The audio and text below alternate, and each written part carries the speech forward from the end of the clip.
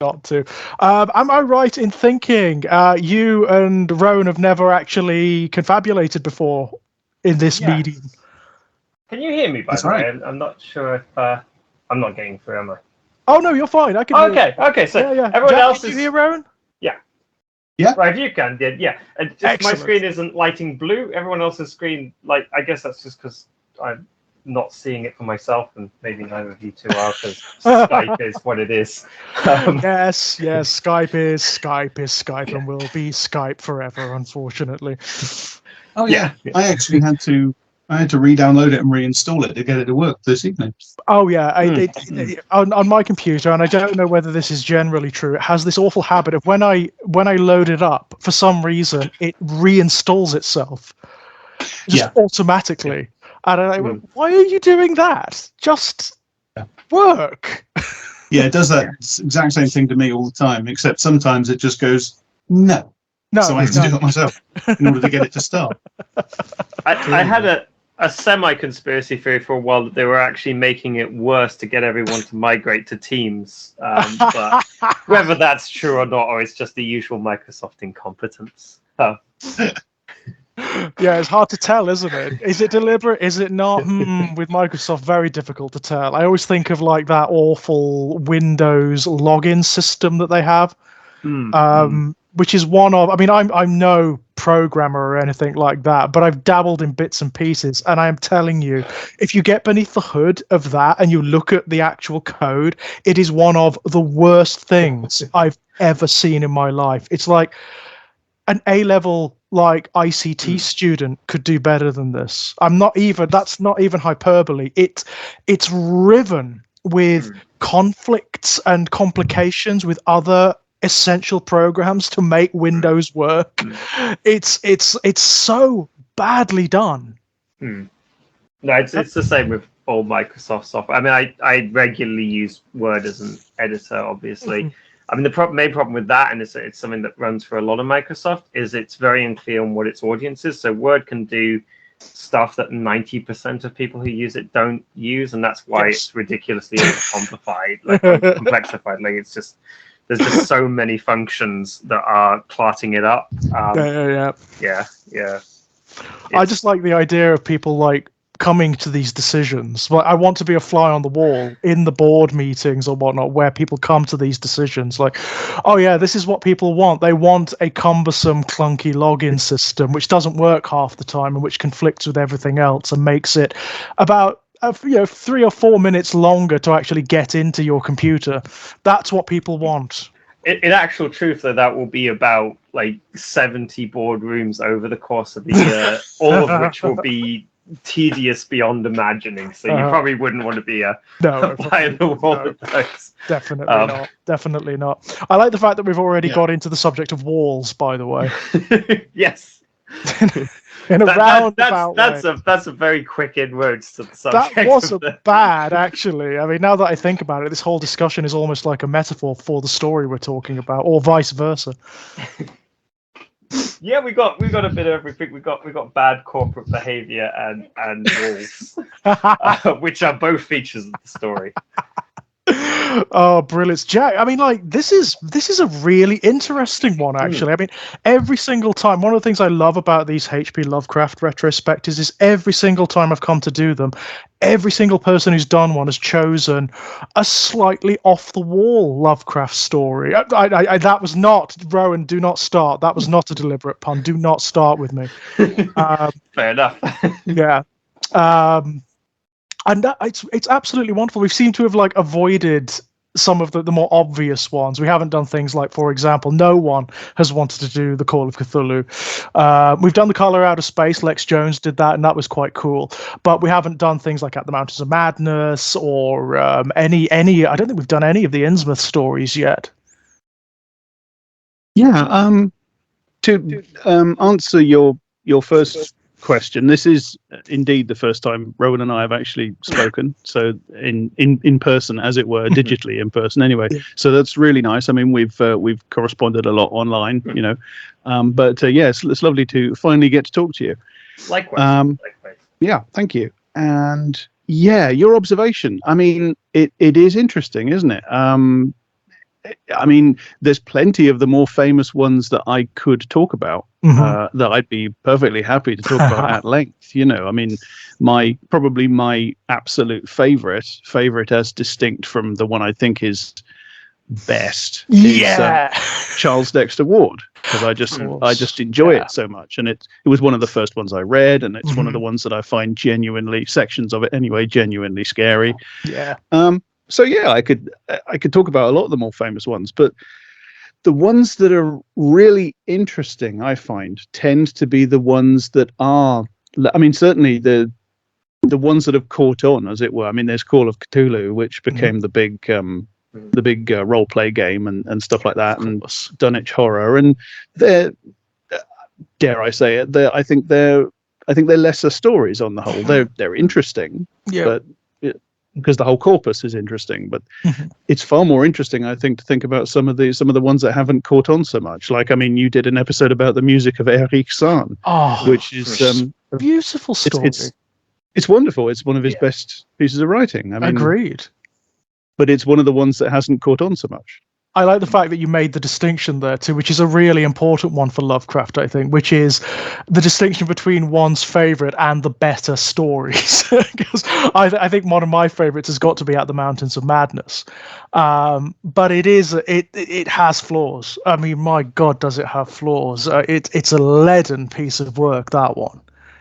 It's a funny old thing, but I've never. I mean, I consider myself a fan of the old racist, but I've never really been able to work up a huge amount of enthusiasm for that one. Yeah, I can see why. I can totally see why. It's absolutely leaden. It goes on forever. Yeah, very it's clunky. Massively clunky. It's got some particular moments that stand out. It's got possibly his most utopian moment, which is also, unfortunately, the moment where he mentions National Socialism in this really weird way. Yeah. He means the actual National Socialism. Like it's not like one of those false equivalencies or anything. But yeah, but he talks about an alien civilization. I mean, in a way, somewhat in common with this story, he's got weird praise for an alien civilization going on in the subtext of that one, but it's a random moment in a story that's just kind of all over the place, and the Mountains of Madness is kind of like he's just throwing ideas. I think that's it. Sticks. It's a roadmap of ideas, isn't it? It absolutely is, and images and concepts, and some of those images and concepts are wonderful. I mean, the description of the elder things, I think, is absolutely stunning. I love that stuff, but my God, it goes on, doesn't it? There are pages in that story that are like one sentence that just goes on and on and on and on, with subclauses within subclauses within subclauses. It gives the whole thing a notey feel. Like it feels like notes. Yes, absolutely. I feel one of his perennial problems as a writer is integration.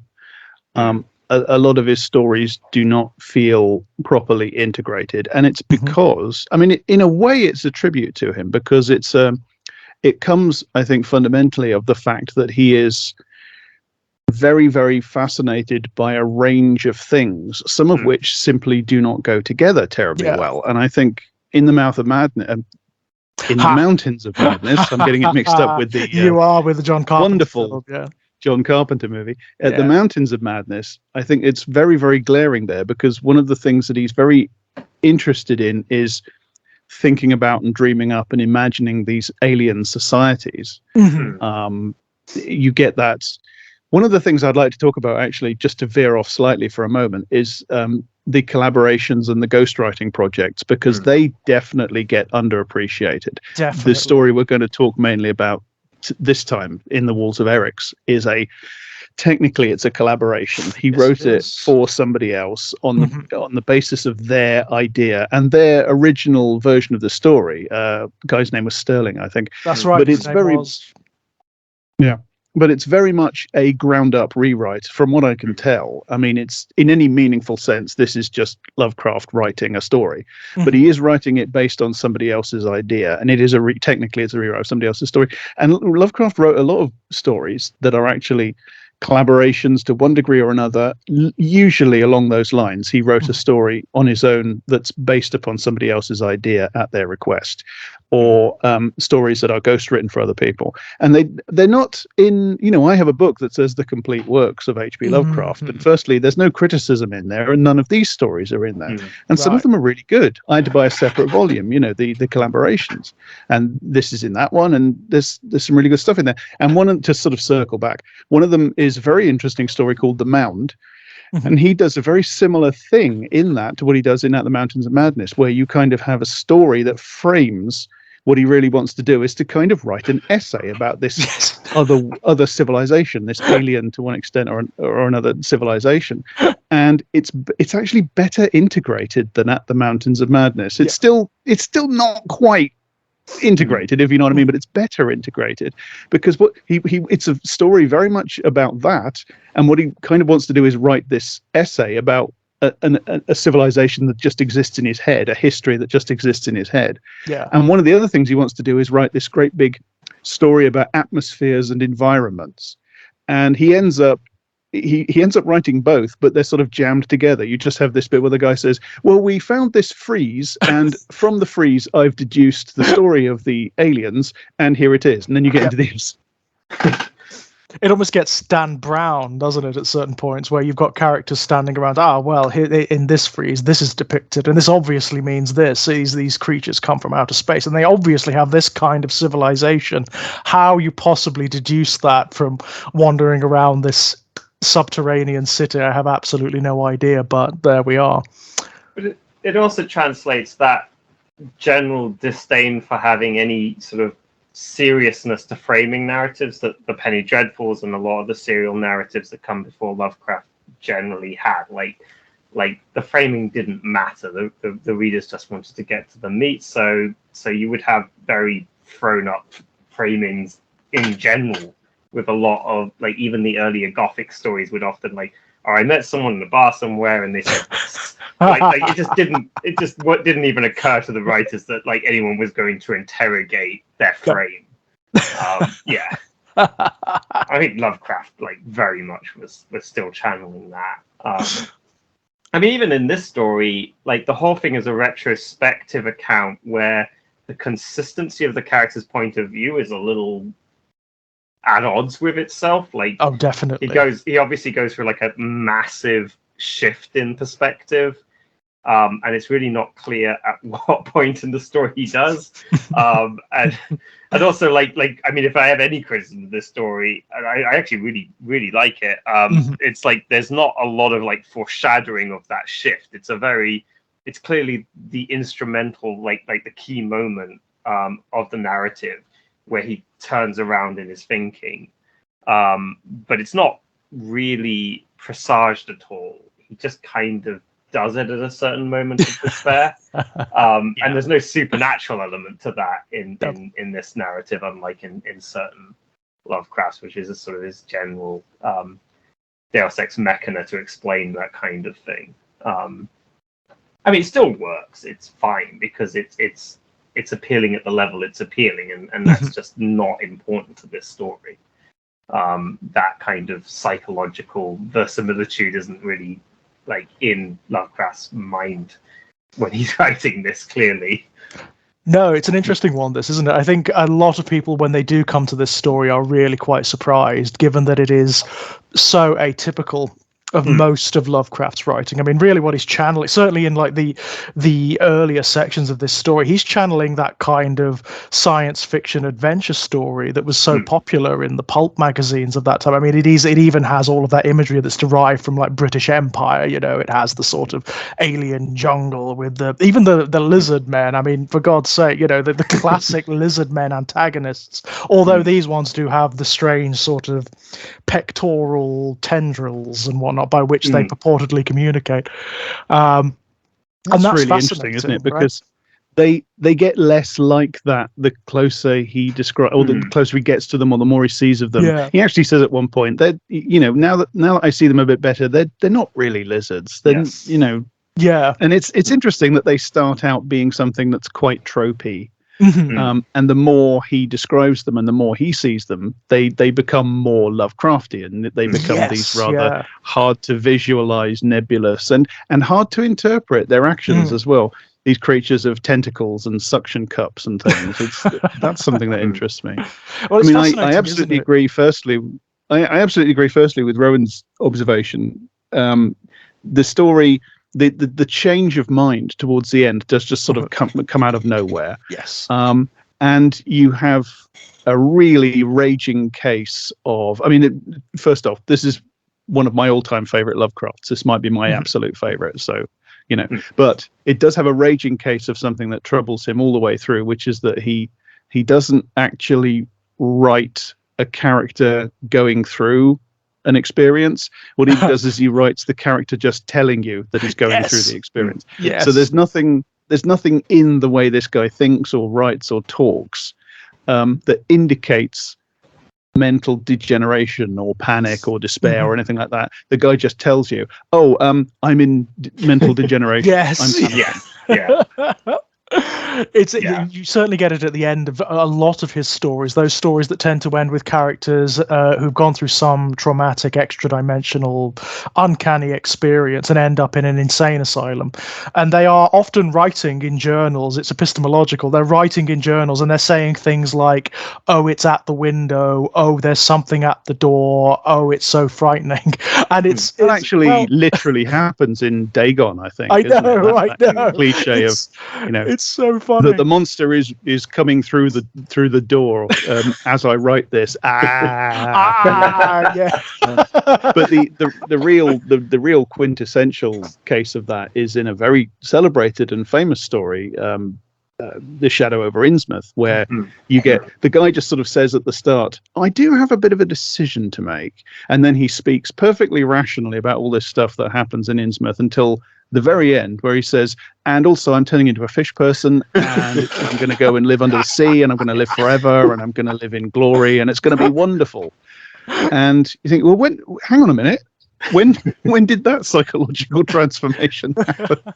It's even in and you've got to imagine that he's writing this. I believe that he starts using loads of ellipses, presumably to accurately chart like the degeneration of his language, whilst he's presumably sitting down with a pen writing this all out, which is just an amazing image. I mean, like, whatever else you want to say about it, the idea of this like semi-fish human being, fish creature sat there in all of this, it immediately conjures sort of more Gremlins 2 and the speaking gremlin more than anything. Like, yeah, in a very tries something. He tries something a little bit like that just at the very end of what's the guy's name? Stanfield, I think his name turns out to be. His monologue just before he stops and the addendum kicks in from the company representative. Lovecraft tries something a bit like that. He has literally one line at the very end, which is kind of broken up into slightly incoherent clauses, where he says, "I hear something above me. There's a light in the sky. ... It's a bit of a shame because it would actually work better in this, because this is found footage. That's what this is. It's found footage in text form. If he'd only thought to make it, instead of he's actually physically writing this as text on a scroll, just make it a recording device of some kind. You're in the future, Howard. He can have a tape recorder. Those things that you don't really know about yet, but imagine it, and then you could actually have the text be the guy's actual monologue, and then ... every now and again as sentences get less coherent. That would suddenly work, wouldn't it just? Because the things he is describing are fantastically horrific in this one. The personal horror, the immediate horror of this one is incredible. And that wonderful conceit of this building that he's trapped in, this maze that he's trapped in, being transparent. So he can see out. He can see where salvation is. That's why I chose that's why I chose this one, and that's why I love this one, because this actually is the one that I find the most personally disturbing. It's not scary exactly, and Lovecraft did write stories that are actually scary. The first time I read Charles Dexter Ward, as I say, the section where Dr. Willett is underneath Kerwin's house in the basement, and he's got no light, and he's got to get out to the staircase across this pitch dark area where he knows there are great big holes in the ground and there's these monsters. That's scary. The first time I read it, I was actually scared. I felt a physical somatic reaction. I am scared. And he's written disturbing stories in a way that this isn't disturbing, and horrifying stories. This I find the most disturbing. This one gives me like churning guts. This one gives me worms in the guts. It's that feeling of absolute trappedness, and it is a brilliant idea. You are. I mean, I don't know about you guys, but personally, I find the idea of trying to find your way out of an invisible maze that maybe changes while you're not looking. Not that it would help if you could look. While sort of inscrutable beings on the outside look in and laugh and jeer at you. I find that a pretty good metaphor for life myself. So it's a very visceral one. It really does connect directly to all sorts of anxieties. So it's this wonderfully applicable, metaphorical figure, but it's also just on its own terms, and this is what I really like about it. Just strip away any attempt to make it a metaphor. Just on its own terms, it's horrifying. It's that level of trappedness and isolation and complete hopelessness. It's viscerally upsetting to me. Yeah, definitely. And despite that disconnect between the coherence of the prose, even as he's describing his own degeneration and the situation, even given that, it becomes, there is this escalating dread. He's not going to get out. It's very like the classic found footage films, very much like the Blair Witch Project or whatever. There come particular points when the characters are not getting out, and that's exactly the case here. He has that wonderful moment of levity at one point where he thinks he's found a solution, where he thinks he's found a way out, and it's right towards the end of the story, and that's when you start to suspect as the reader, and he certainly starts to suspect that the maze isn't playing fair, that it's changing around him. That's when, like so many things, it's not settled. We don't know. It's just ambiguous. And that's it, isn't it? He's done. That's the moment. Sorry. No, go on, Rowan. That's the moment when he tries to use the flamethrower, isn't it? When when he sort of tries to burn his way through. I mean, to just go back to what's been said. I absolutely agree. I mean, I think visceral is really good. I think there's something almost primordial about that idea of lostness. I think it's almost one of the sort of earthiest most people have. I think a lot of people have those kinds of childhood dreams where they'll be lost in a familiar space, and that's really what this idea of the invisible maze gets it, because on the one hand it has the sort of sense of openness and the sense of freedom, but not, and it's that kind of uncanny in between that's really disturbing about it. He's in no way confined, but in every way confined, and it's his inability to grasp it and your inability to grasp it as the reader, and it just works. I gather Sterling sort of took the idea from another story called The Monster God of Manmouth, which I will try to find and read, by Edmund Hamilton, which has a similar invisible building concept, this time on Earth, in some desert situation. But I think he innovated on that in terms of the idea of an intentional trap that was a maze, and it's quite brilliant. And works very effectively. Well, that's sort of what, when I was rereading it this afternoon, the evocation, the principal evocation I got from the story this time round, and it's been a very long time since I last read it, was of almost like a childhood fear, the kind of thing that just occurs within your imagination when you're a child, when you have little control over that faculty that scares you, a concept, or almost like you're playing, when you're a child and you're playing a game, the scenario scenario of which is so intense that it kind of impinges upon reality, and you start to feel it on a visceral level, as though it's a real threat, it's a real situation. That's what I got from it, and it's quite profound. And that's embellished by the fact that Kenton Stanfield all the way through sort of insists on his own curiosity as his driving motivation. He's constantly driven further and further in. And I mean, like, that's obviously undermined by the fact that even at the end, towards the end, I think he describes his real motivation as cupidity, and you know, greed is obviously like the real, like a colonialist greed at that is obviously the real sort of underlying factor. But like, he is a very childish character in a way. He's constantly sort of poking and prodding and driving into the unfamiliar with a certain sense of imperviousness, with a certain sense of immortality and invulnerability, which kind of makes his fate more horrifying in many ways. His kind of absolute, slightly arrogant refusal to believe that he could come like, he's very dismissive of obviously you know, the native creatures having anything to do with it initially. Like, he says, like, oh, they couldn't possibly have developed this, they're so primitive. And he, you know, he's very dismissive of the idea that he's ever under threat until suddenly it's just like certain death. So you go from like invulnerability to death sentence all in one go, which I think adds to the horror. Yeah, definitely. Well, right up to the very point of his extremis, he is absolutely certain he's getting out, isn't he?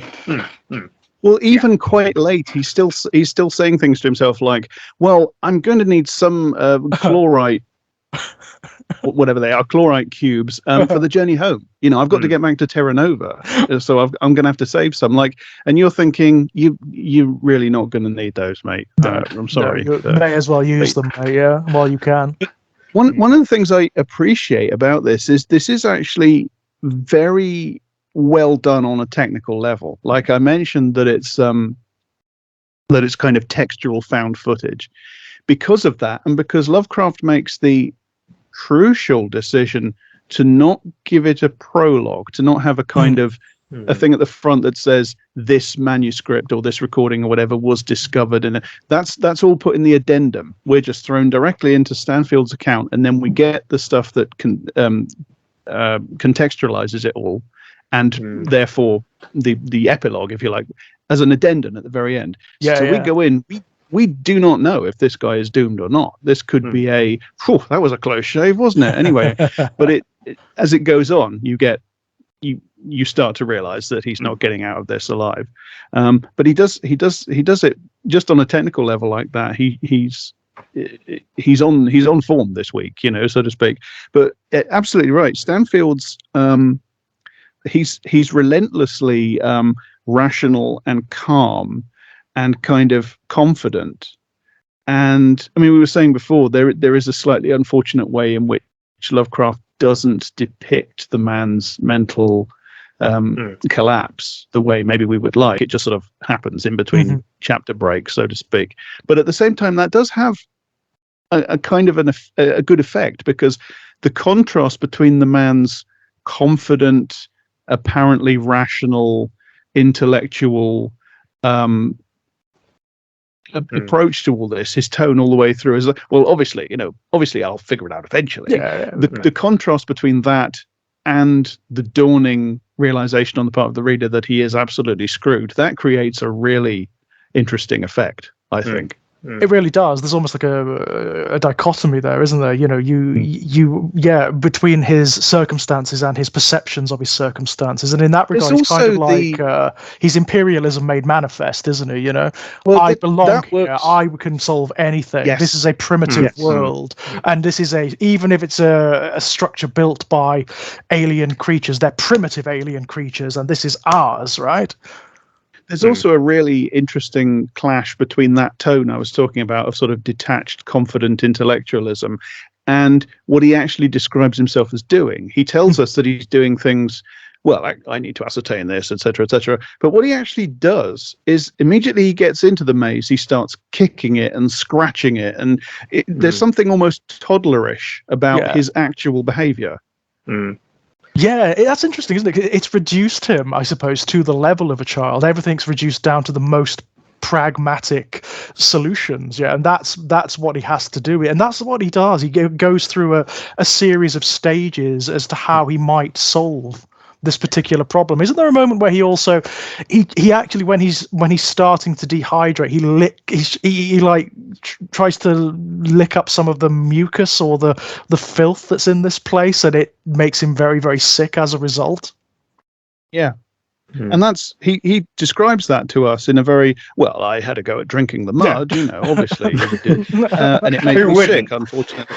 Yeah, exactly. That's it, though, isn't it? He tells us in a very reasonable, confident way. Obviously, I had a go at that. I mean, I had to, didn't I? And no, nobody who was actually rational would have tried to do that. I'm afraid. What's interesting about his purport, and they're right. There's an ideological veneer overlaying what he's actually doing, and that becomes more and more obvious to the reader. What's interesting about his purported motivation of curiosity, which even he, I think, rubbishes at the end, is that he actually really becomes curious after his mental breakdown. It's only after his mental breakdown that he's actually interested enough in these creatures to think, well, maybe actually we have no business being here at all. Maybe this is a mistake at a fundamentally more foundational level than me just going into this maze. Maybe the whole Imperial project is a complete mistake. And that's, where we get lines like, let us leave Venus to that which belongs only to Venus. Like it's only really in his most degraded state that he actually embodies the virtue that he most claims to embody from the beginning. Because he isn't really motivated by virtue to go into the maze. He's motivated by the fact that he's got this huge potential sort of pay cow in the form of this very large crystal, which he doesn't even think this is much larger than any of these crystals we've seen anywhere else. Maybe something's up here. The fact that it's clutched in the hands of a corpse might have been a clue. Like it is like unmitigated cupidity. Like he calls it excessive greed. I mean, he's that is his confession. Like his end is fundamentally it's a trap, but it's not an especially good one. For a human being to fall for a trap where you have a absolutely massive prize surrounded by very suspicious circumstances it's somewhat of an own goal. It kind of is, isn't it? And with one of the prior victims of the trap readily displayed in it. Yeah. It's interesting. We don't actually. I mean, it is a trap, obviously, in the sense that he gets trapped in it. We don't know, like so many things in this story, it is actually left ambiguous. We don't know that it's a conscious trap. We don't know that the crystal is put there like a big bit of cheese on a mousetrap. It might have been that. If it was, we don't know who did that or what did that. But it might just as easily not be that. This is one of the things I love about this story. Everything we get is filtered through his perceptions and his assumptions. Like there's a really interesting bit towards the end where he starts talking about the behavior of the Aboriginal Venusians, the people he calls the man lizards, and he starts talking very confidently, just as if he's absolutely established this, about the things they're doing, being laughing and jeering and dancing and things like this, and he interprets them as spiteful and mocking and hostile and stuff like that. We have no way of knowing. That's entirely through we're getting what they do entirely through his perceptions. And he doesn't know anything about these people. I mean, he says that himself. He doesn't really know anything about what they are or who they are. So the body language essentially that he's describing with the tentacles and feelers and things, it might mean the exact opposite. They might be trying to help him. They might be trying to warn him. They, it might be any number of things, but it's the imperialist mindset which is causing him to conceive of the native, and there's huge problems with the very well established sci-fi trope of the alien, the aboriginal alien, as standing in the metaphorical system, standing for the native person in a sort of with humanity as a spacefaring civilization standing as the European imperialist. It is very often critique, but it is also inherently dehumanizing to the people who are the victims of imperialism and colonialism, much the way in Heart of Darkness, Conrad is critiquing imperialism, but in so doing he is degrading and dehumanizing with all sorts of racist assumptions the actual Africans. Very, very key text for understanding a lot of science fiction, Heart of Darkness. But yeah, he's seeing everything through that mindset, and it really is only towards the very end that he actually starts showing anything like the curiosity and the openness, which is the sort of self-understanding come exculpatory ideology of imperialism framed as exploration. The explorer is always fundamentally an imperialist. There's one reason why white men go to other places to explore them. Ultimately what they're exploring is there anything here we want to steal? Are there any people here we want to put in chains and sell? That's what the explorer is kind of understood inherently as this sort of noble thing that's based on curiosity. And it's only really at the very end that he starts to have to ask really quite interesting and almost profound questions.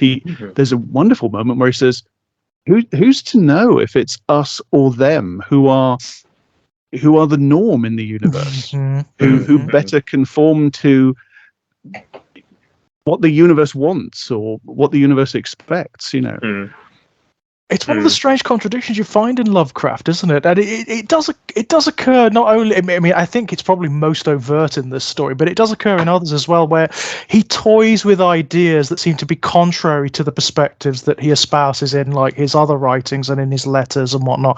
The aforementioned racism, his colonial mindset and whatnot, and it's fascinating to me. It's absolutely fascinating.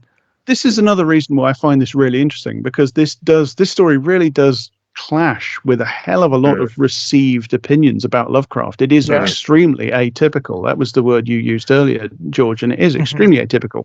It's outright science fiction, more in the mold of Star Trek than stuff that he's written that's science fiction tinged before. It's set on an alien planet, and it's not just that. It's not just in genre terms that it's very divergent from the rest of his corpus. I think it's very divergent ideologically. This could very, with a lot of justice, this could be read as quite a scathing critique of racist European imperialism and colonialism. And I think there is a degree to which Lovecraft did develop and change without for a moment excusing the disgusting racist and sexist and anti-Semitic. He had the whole fucking raft. Oh, he had the lot. Homophobic, and without he was across absolutely. the board. And without for a moment wanting to sound like I'm excusing that, because I'm not. He was a grown-up, and he was a person of his time thing. That doesn't work either, because people at the time were telling him to calm the fuck down about. Oh, absolutely, yeah. Various things. But you only have to read the correspondence between him and his friends, It is a fact that he changed and developed. He understood himself. I mean, whether we would actually agree with him or to what extent we would agree with his own analysis of himself and his own politics, he understood himself to have ceased to be a reactionary at some point. He actually said that about himself. And this is quite a late story. So I think this is one of these stories in which you can see his perspective evolving, genuinely. I was going to mention sort of how, because the other stories you and I have done before, George, they've sort of all kind of gravitated around that 1920, 1921 period. The latter Lovecraft, very profligate. Really. It was latter, but it was also like there's a huge output. I mean, we got like the Picture in the House, Cellar Face, The Outside, The Music Eryx, Nyarlathotep. I mean, there's just so many coming out in that like really short span. And it's actually like towards the end of 1920 and the beginning of 1921, he just writes ridiculously a lot. And this is when he's already got the cancer that will end up sort of claiming his life, that he's writing the Wars of Eryx. He's not writing a lot at this period, I don't believe. And a lot of what he is writing is collaborative, which I think might indicate that he is sort of a little depleted. Like he's not, he's not doing as much just on his own gumption. And yeah, like it is really interesting sort of thinking about retrospective, because I think it isn't in any way mitigating the awful prejudices he has, to say that they were kind of always ambivalent. By that I don't mean that the prejudices themselves were like half unprejudices or some like nonsense like that, but like even for example, his famous homophobic thing comes from a letter, and of course he does. He starts with I was 30 before I even knew homosexuality was a thing, and you just kind of eye roll at that. Because that's just obviously not true. Somebody as well read as Lovecraft was not 30 before he knew that. No, absolutely not. He'd read the Greek classics. Yes, but someone 8 who was years old.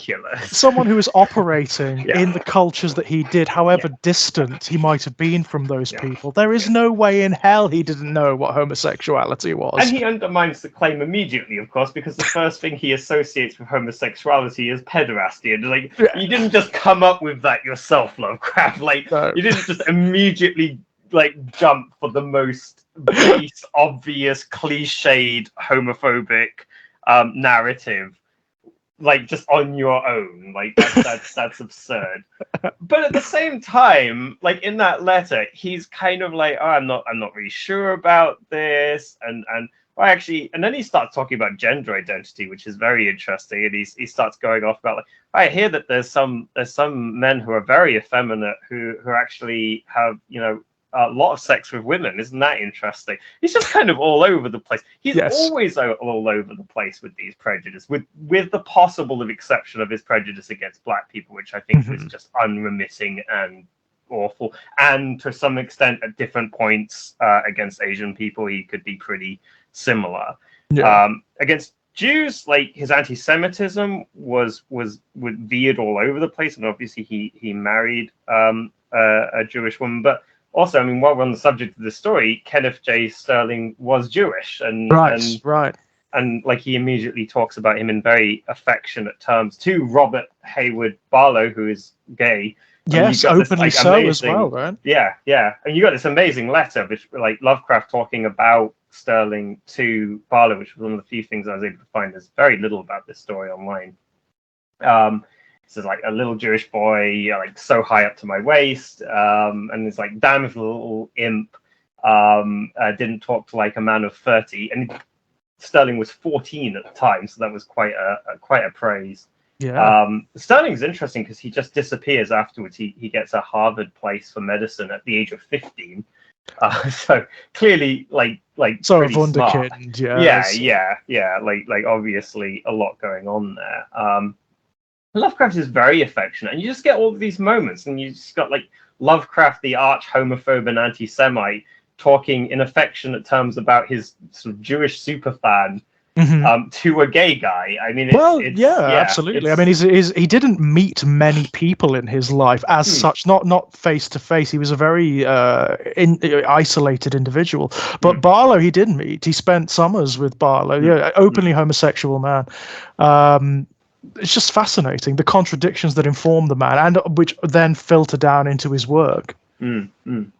He generally seems to gravitate to people on the outside, and there's a kind of a slightly vulgar theory of Lovecraft where his sort of cosmic alienation is projected outwards, and that becomes the basis of his prejudice. And I think there's an element of truth to that. There's clearly a general horror of the other that runs through Lovecraft, and I think that definitely applies to groups that Lovecraft had no contact with.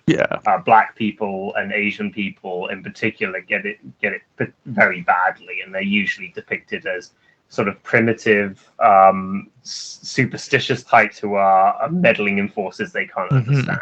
Oh, if Jewish people turn up in a Lovecraft story, they're going to start sprouting hooves and tentacles at some point. There's no doubt. But Lovecraft is just kind of all over the place in his own life, and he just seems. And then also if you look at his reading, one of his primary sources, obviously, for his philosophy is Nietzsche, who comes up again and again in his letters. and a similarly weird relationship to Judaism. Not the anti-Semite he's generally depicted as, but still a slightly fetishistic, slightly essentializing relationship to Jewish people runs through Nietzsche. And there's just a lot of weird stuff in the ideological background of Lovecraft, some of which I think is kind of just ideologically gone now. I mean, I don't think it really exists in the ideological spheres that we encounter today. And none of that is to undermine the fact that a lot of this stuff is incredibly problematic and racist, and amongst certain groups is just entirely condemnatory. I mean, Lovecraft's, like, I think one good thing he ever said about women, was that they didn't deserve to be treated as badly as the Asiatic civilizations treated them. So, like, even when, like, Lovecraft is putting on his feminist hat, he can't help but be a little bit racist. Very racist. Yeah. The people that become very animal rights when they're talking about Muslim slaughtering rituals and things like that, supposedly. Yeah, right. Yeah. Like Nietzsche's the people who really. Sorry, go on. Sorry, go on, please. No, I was just going to say, like, the people who want to ban the practices in Islam that are semi-identical to the practices of Judaism, but don't want to ban the practices in Judaism. Like, you get all of these incoherencies within, especially, racist, because it's arbitrary. But sorry, go on.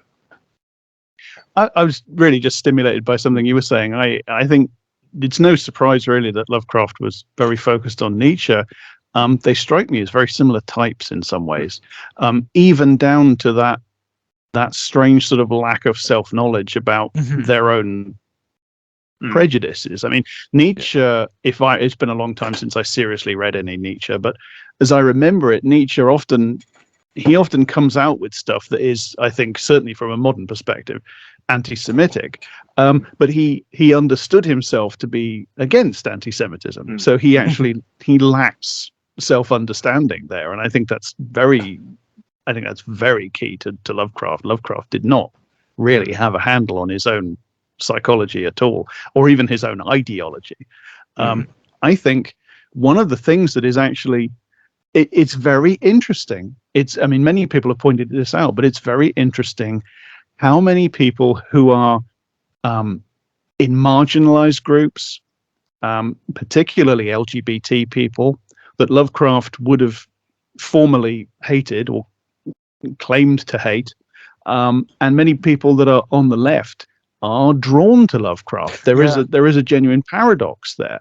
And I think the answer to that, or the semi-answer to that, kind of lies in Lovecraft's own, as I say, his lack of understanding of his own ideology and psychology. And I think what's key to Lovecraft, he's often characterized as having this deeply pessimistic and view of the universe, that it's completely cold and empty and material and stuff like that. And that's true. It's perfectly true. It's also true that he's kind of a visionary.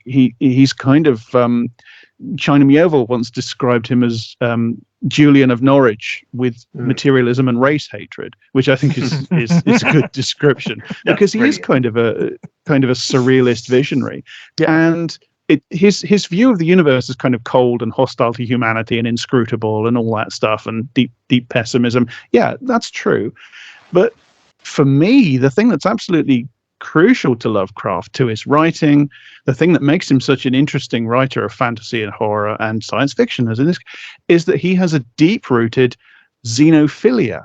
He is just in love with the other and the different. And it's true he's disgusted and suspicious and frightened of the other, certainly when it comes to, brown people or black people. My God.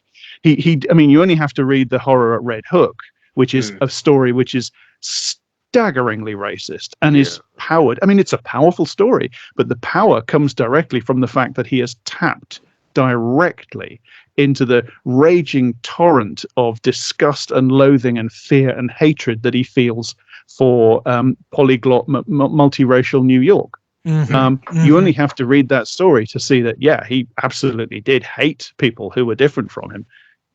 But he's also incredibly attracted even to the things that he hates and fears. Like, he's incredible. He comes back again and again to the other, the different, the alien, and the famous, almost parodic famous thing about Lovecraft and his monsters and his aliens is that they are indescribable and incomprehensible, and that is sort of the quintessential, as I say, almost the cliche Lovecraft monster, isn't it? It's the monster that I cannot describe it. It's got 17 arms, it's got 48 eyes, it's got tentacles, it's got cilia, it's drooling ichor. I cannot describe the thing, and then he describes it in detail. That's he is as fascinated as he is horrified. He is as in love as he is repulsed, and I think that's what makes him so attractive to so many people, further to the left, or people who are kind of in minority groups or stigmatized groups, or people who are queer or on the outside of society to an extent, because he just kind of loves things that are weird. Even the things that he describes with terror and disgust, he's still in love with them. He loves Shoggoths. They are the ultimate, you can't see them without being scarred for life, but he fucking loves them. Yeah. Doesn't he? Yeah, he it's wouldn't absolutely write all true. these stories about them if he didn't absolutely love them. That's exactly it. I think you've hit it absolutely on the head there. It's the contradiction between what he's reaching for and what he's actually feeling, isn't it? When in those descriptions, he is trying to evoke the ultimate sense of horror and repulsion in his reader, but cannot divorce himself from the almost sublimated enthusiasm that he has for these other things, for these monstrous, bizarre, strange entities. It's there. It's seething in the descriptions themselves, in the language, and I think that's what we're attracted to. I think that's what draws us ultimately. He's fundamentally drawn to mystery, and I think like permeate. I mean, it's one of the many reasons I love the music of Eryx Zan, is because if you take that story with the sort of classic opening of the Call of Cthulhu, which I think is actually the most worthwhile part of the Call of Cthulhu, I actually find a lot of the rest of the story kind of a very humdrum adventure tale without much payoff. But the opening, where he's talking about the dangers of looking too deeply into the universe, and you really get a sense of like what he's warning against are sort of physicists and scientists. And the music of Eryx Zan sort of turns that on its head, because you've got sort of like a Kantian metaphysician. Yeah, and it's that sense of like the noumenal, like that which is beyond all sense perception, that which is excluded from comprehensibility. And I think Lovecraft is kind of upset with the aspect of modernity that banishes the mysterious. Yeah. And that comes out in various ways. And it comes out obviously at the end of In the Wars of Eryx, where Stanfield is kind of just saying, like maybe the mystery of this world is worth preserving. I think overwhelmingly he's just kind of like, well, like maybe there's something actually precious in the fact that this isn't ours, that this isn't even comprehended by us. And there's a kind of weird interplay between the xenophobia of Lovecraft and that desire of preserving the mysterious as well. That even in the xenophobia, it's not all primarily motivated by hatred. There's almost a kind of sense of we need to have a little bit of parochialism in order to maintain the mysterious. And I think that comes out really strongly in the music of Eryx Zan. Like it's not even the scientists that he has a problem with there. It's poets, musicians, and metaphysicians poking too far and illuminating too much in the realm of aesthetics, really. Like he just doesn't want to dwindle that area of mystery. And yeah, like there's a real interesting tension then between, because sort of Lovecraft the essayist is a big fan of modernity in many ways. Like he's all for pushing forward and developing technologies, but there's a real tension there. And I think what he hates about modernity without realizing is that alienation from mystery, that alienation from the world as something that is valuable separate to fully conquering and understanding it. And that kind of sets him up against imperialism in the Wars of Eryx. Like the imperialist mentality is one that he's both intimately associated with as a sort of European white supremacist in many ways, and also at odds with as somebody who wants to preserve stuff that isn't simply owned and possessed and categorized in that Enlightenment way, like that idea of knowledge as a way of owning things, which I think this story is intensely hostile to. I mean, Stanfield at his most imperialistic is also kind of a caricature. Like, he's so intensely unlikable when he's being his most imperialistic. There's not much gloss or rhetorical defense given. Real imperialists will come up with all kinds of justifications for why they're doing what they're doing, including improving things for the natives. And Stanfield never even pretends at that. Stanfield is really actually quite a one-dimensional imperialist as imperialists go. And Lovecraft just has no time for it at all. In how condemnatory he is of this perspective. Yeah, very much so. It's fascinating. The story does expand beyond its own bounds. Ironically, it's the way the themes match the content of the story itself, of the imagery. He's struggling to try and get out of this invisible maze and ends up dying. But his message, I suppose, expands out to the reader. Yeah. I think this is definitely in a very interesting tradition of science fiction, which is directly about colonialism.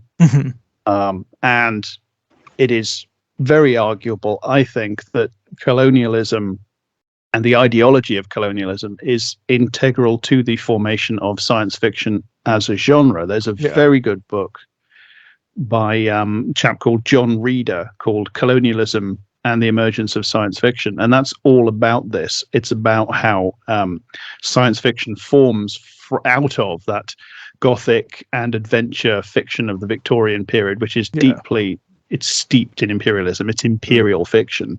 And Anglo-American science fiction comes directly out of that.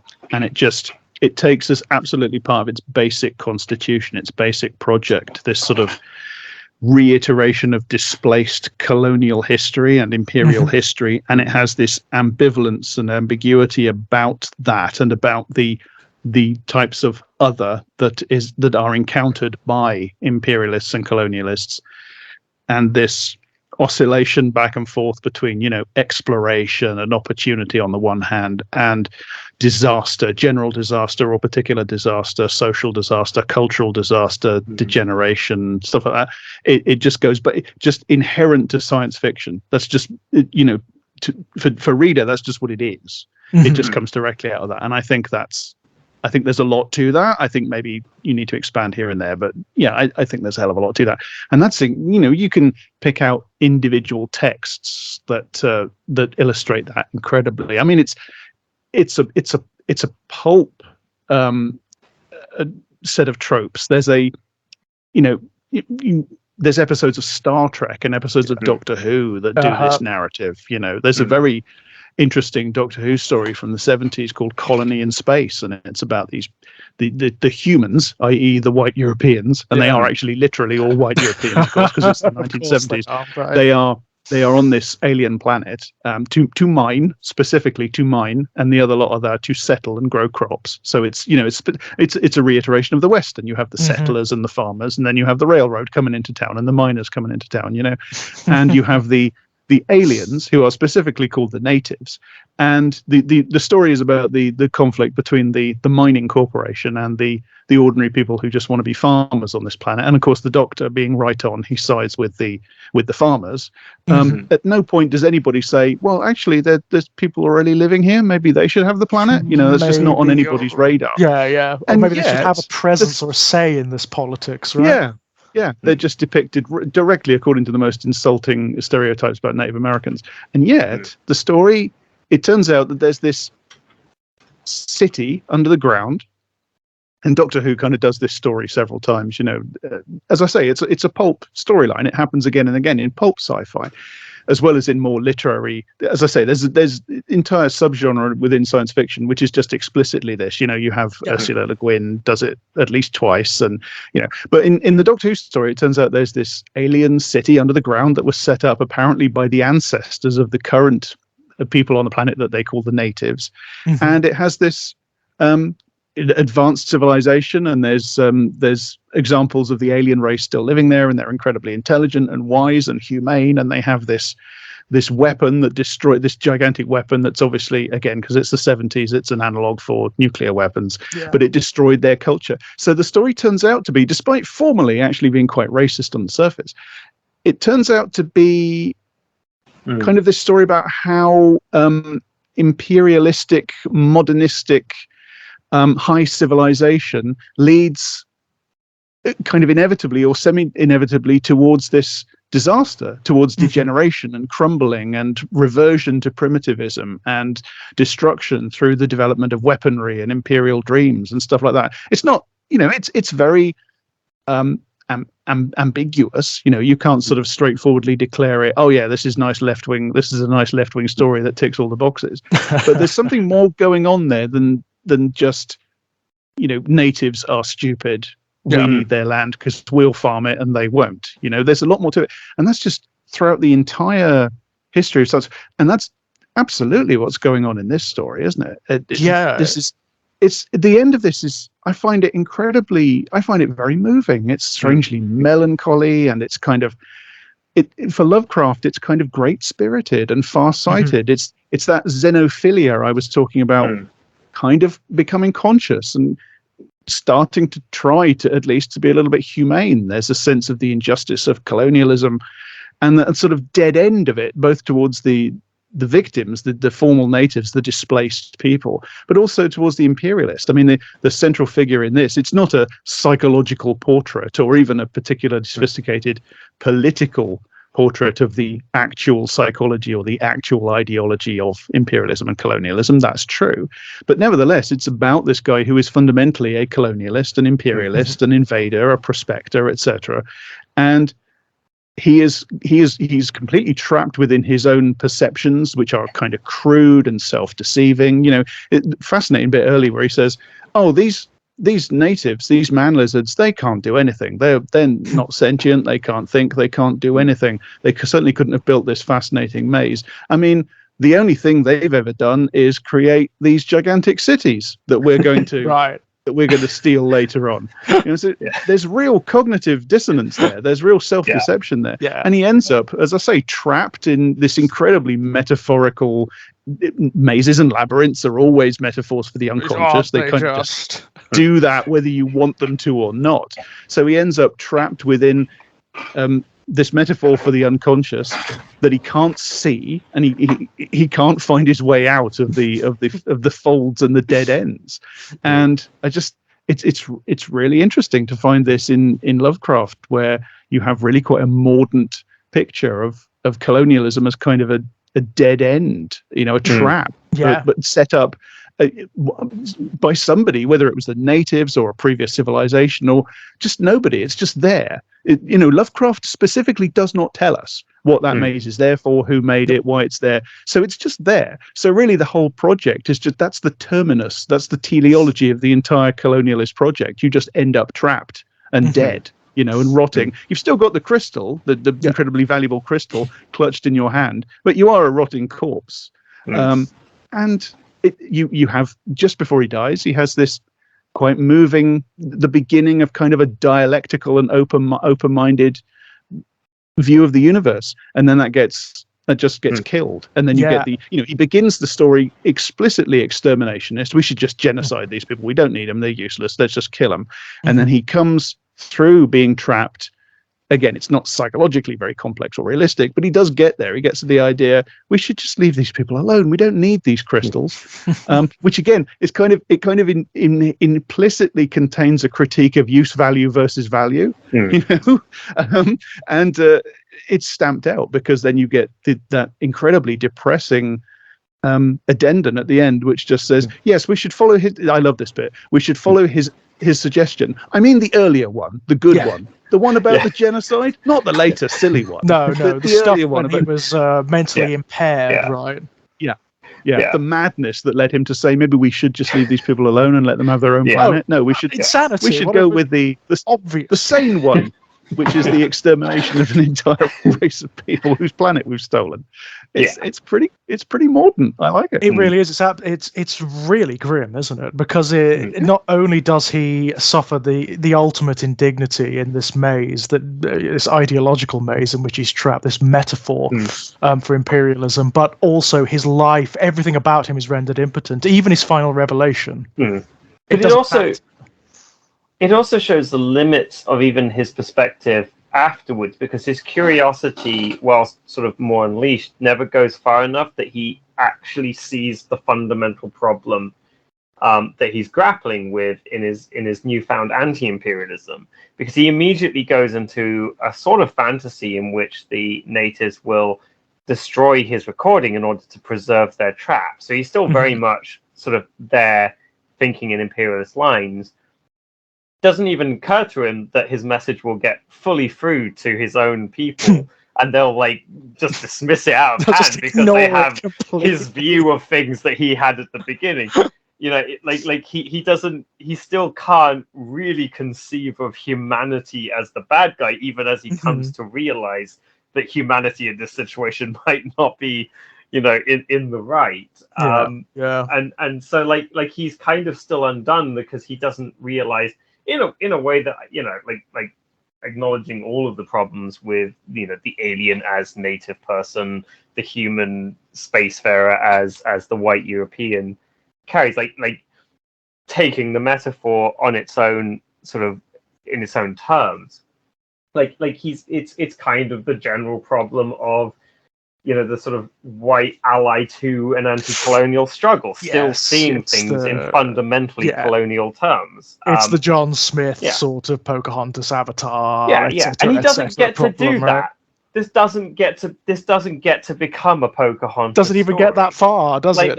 Well, it also just undermines the inherent imperialist logic of the Pocahontas story. He doesn't get to be the white savior because the problem is so fundamentally with his own people. Like he, you know, it can't be simply solved by his individual revelation to them.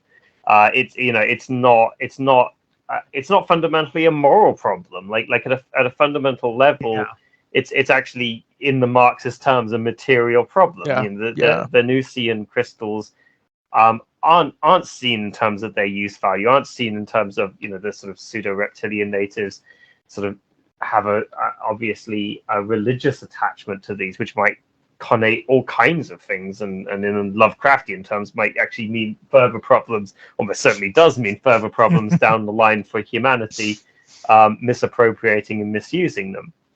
But they are kind of just sort of almost like a metaphor for oil. They're just a bare resource, and humanity can't see beyond that. And he can't see outside of his own moral terms. You know, he sees it as a fundamentally moral problem, and he only has a moral solution to that problem, which is, if I deliver the moral truth of this situation, then surely the rest of humanity will immediately see the error of their ways. And in that regard, it's phenomenally complex, right? It's phenomenally complex. It does, again, kind of undermine the pulp roots and the imagery that it sets up early on.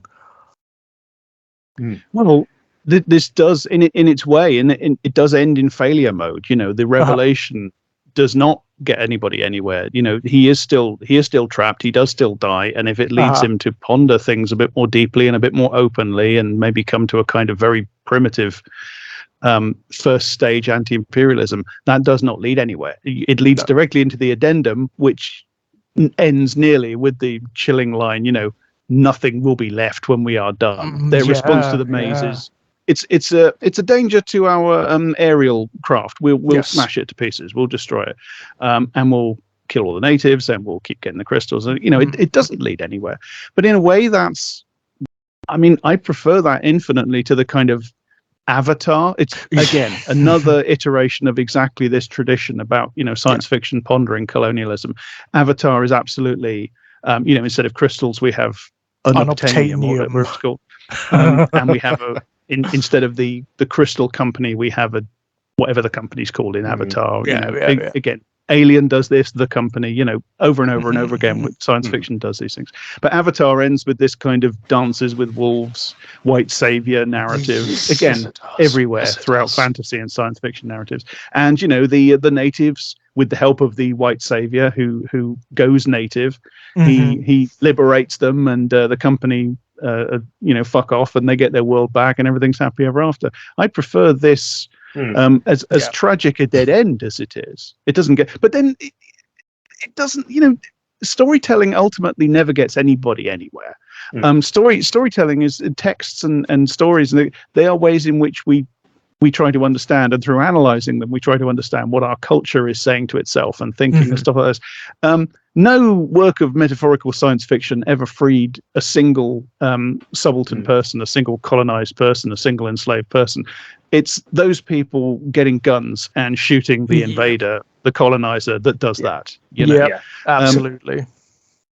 Chekhov has the great line, I think, where he talks about the role of narrative instrumentally being diagnosis, not prescription. And I think that's really great. true. Yeah. I mean, it's obviously fantastic because he's got he's a doctor as well, and also I do love Chekhov as a sort of arch anti-sentimentalist Russian writer, because so many of the Russian writers I love are Dostoevsky, Tolstoy. The big criticism I have of both of them is they have an extreme cloying sentimentalism, and Lovecraft and Tolstoy, especially in his interaction with Tolstoy, who by all accounts he did admire greatly, but he also found, especially on the lives of the impoverished, to be annoying, would be putting it mildly. But he just has no time for it. He has no time for the idea that the sort of pretty stories that the rich are telling themselves is going to solve these problems, and that you can simply improve the lot of the poor by simply sentimentalizing and romanticizing them. And that's very much what the sort of James Cameron sort of and the general history of sort of Pocahontas narratives, going back to the massive distortion of what actually happened around Pocahontas, are attempting to do. They're attempting to sentimentalize themselves out of the trap of colonialism, and it rings false. It feels glib because it is, and I think this is a much more sincere accounting, and its warning of ruination is much more genuine, and I think chimes more with. To some extent, I'm not going to describe this as radical literature or anything like that, but it chimes more with what we know from actual anti-colonial perspectives. I'm trying to think of. You'll know the name. Jack. I'm blanking. The great Marxist humanist anti-colonialist. I should remember. Terrible with names sometimes. Fanon? Yes, Fanon, of course. Yeah. No, like that sense, that runs through Fanon of colonialism as self-ruination as well, and of why the European countries have nothing to offer, because they are in a way diminished in their humanity by what they've done, and that really powerful. So there is an element of that here, even if it's not at a sort of theoretical.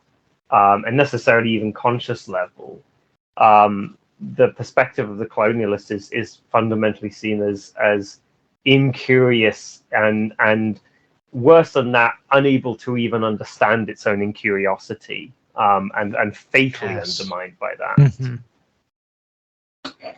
Yeah, I love that.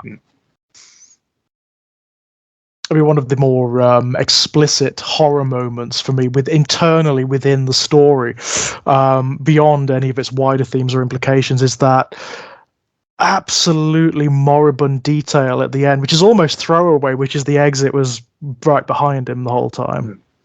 Yes. Yeah, I love that so much, don't you? I mean, it's the final hammer blow. It's that wonderful thing that horror writers often do. I think this is Lovecraft bringing his horror chops to the story, to be honest, where there's a sense of being punched in the face, then kicked in the gut while you're down. Yeah, and it's made more effective by the clinical and almost amused way in which whoever is writing the addendum phrases it. Yeah. They almost sound like they think it's funny. Yeah. Yeah. Yeah.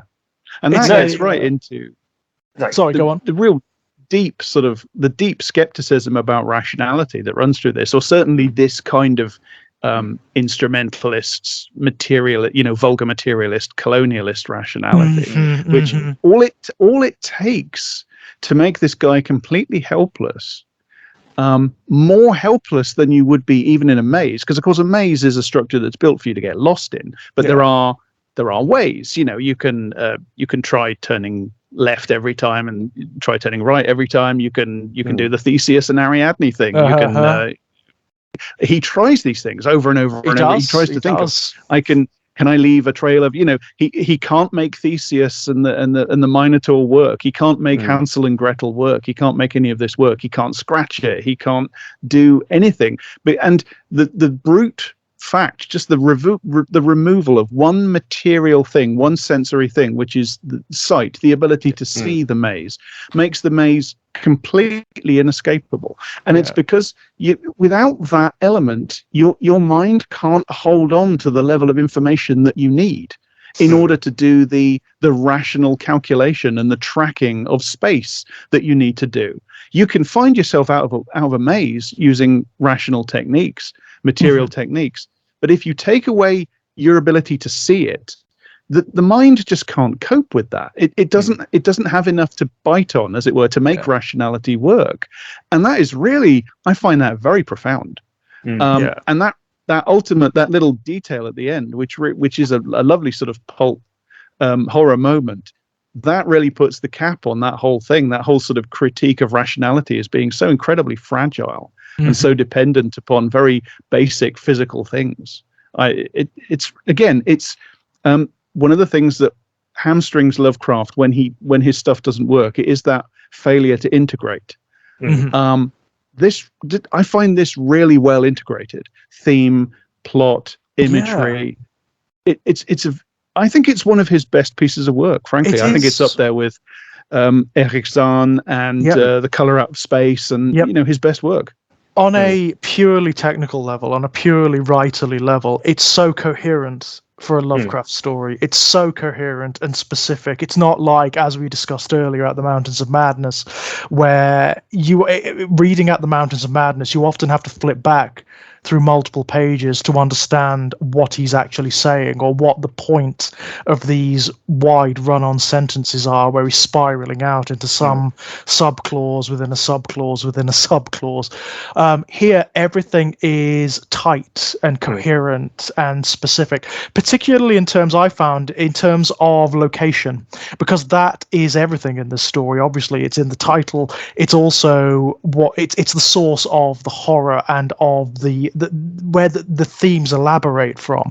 So the description of what the character does in terms of his location within the maze, despite the fact that the maze can't be described in visual terms, is very specific. You are never at any point within this story confused as to where he is or what he's doing with regards to the maze. And that is fantastic writing.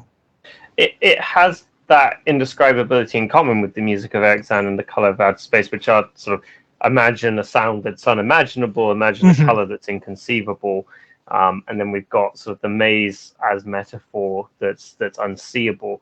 But going back to sort of what you said about the sort of centrality of place, I love that the title of Eryx, it's a colonial name for this place. So even at the level of the title, like the place is a total colonial fabrication of the actual locality. We're still at the sort of level of ideology. I mean, there's lots of I think gaming. I read on at least one article that there's lots of plays with a lot of the terms. So the Farnoth flies and ugrats are both terms to different Weird Tales editors. Yes, yeah. Farnsworth, Wright, and Hugo Gernsback. So he's having a lot of fun. Yes, there are a few with like language. slightly vicious stabs as well, aren't there, by all accounts? Because Lovecraft did make enemies as well as friends. He made a lot of enemies, and a couple of the names for the less salubrious creatures in this story are people basically derived from people that he doesn't like, especially. Yes. Yeah, basically. I mean, like the flies especially is funny because they get mentioned quite a bit. They do, yes, and they are. I mean, they're carrion in this, aren't they? You know, they're settling on the corpse, and they're fetid entities. So, yeah, need to pop away for a minute. I'll be right back. Yeah, no problem. Absolutely. No problem. No, but it's yeah. Sorry, go on. No, go on. No, I was just continuing the same theme. Like he I mean, I kind of, I mean, to be fair to Gernsback and Wright, like I can't imagine that Lovecraft was an easy guy to get along with, unless you were one of those peculiar people that he did seem to have this almost immediate affection for. I mean, Robert Hayward Barlow and Kenneth Sterling seem to be amongst that very small illustrious group. And it's not just that he had very few real acquaintances, which he certainly did. But when he did attach to people, he attached them very quickly and very loyally. Like quite intensely, it seems. Yeah. I mean, there's a lot of like speculation about the way that he formed relationships, and I gather not much is actually known about his marriage. I gather that was generally a quite private thing, and there's lots of speculation of was he was he gay? I mean, I think those are simply questions that can't be answered. It simply can't be answered. No, I mean, you know, speculation. I think I do feel that his sexuality was unusual, definitely, but what label you would choose to apply to it, I think it's impossible at this point. And there's definitely more than a hint of asexuality about definitely. I mean, he was troubled about sexuality. That is definitely true. I mean, you can actually derive that from his writings, because of course his writings are completely desexualized. Yeah, exactly. There is no sexual element to them at all. It's not just like a sense of confusion. There's a sense of there's not tension. Like you get writers who don't write sex for which sexual tension still percolates their works. There's no sexual tension in Lovecraft. Oh, none at all. It's not even a factor, right? It's not even a factor in his writings. The only time even the implication of sex at all comes up in his writings is with regards to misogyny. So whenever there's the very racist trope of interbreeding, as it were, where you have like a group of people who have the blood of great old ones in them somewhere, or of some outer thing or whatever. But generally that's in the framework of lineage as well. Like it's very rare that you're not really going to actually encounter miscegenation going on in a story. No, absolutely like that's not like for all of the horror that he's willing to depict, he's not willing to get into slightly kinky space of like alien and human sex. No, although he has inspired entire subgenres of literature that are exactly that. You know, I mean, having said that, there's no sexual tension, like in Freudian, maybe slightly vulgar Freudian terms. Like there's a lot of like tentacles. There are a lot of tentacles. Like there's a lot of stuff like that. I mean, enough for like a Freudian maybe leaning a little into their more vulgar side. Just to go wild with it. But like sometimes a mouth tendril is just a mouth tendril. Yes. A really interesting story in this regard is The Thing on the Doorstep, which is one of the stories of Lovecraft's that I very much enjoy, without necessarily thinking it's actually all that good. I've sort of made that distinction at the start. I enjoy The Thing on the Doorstep a lot.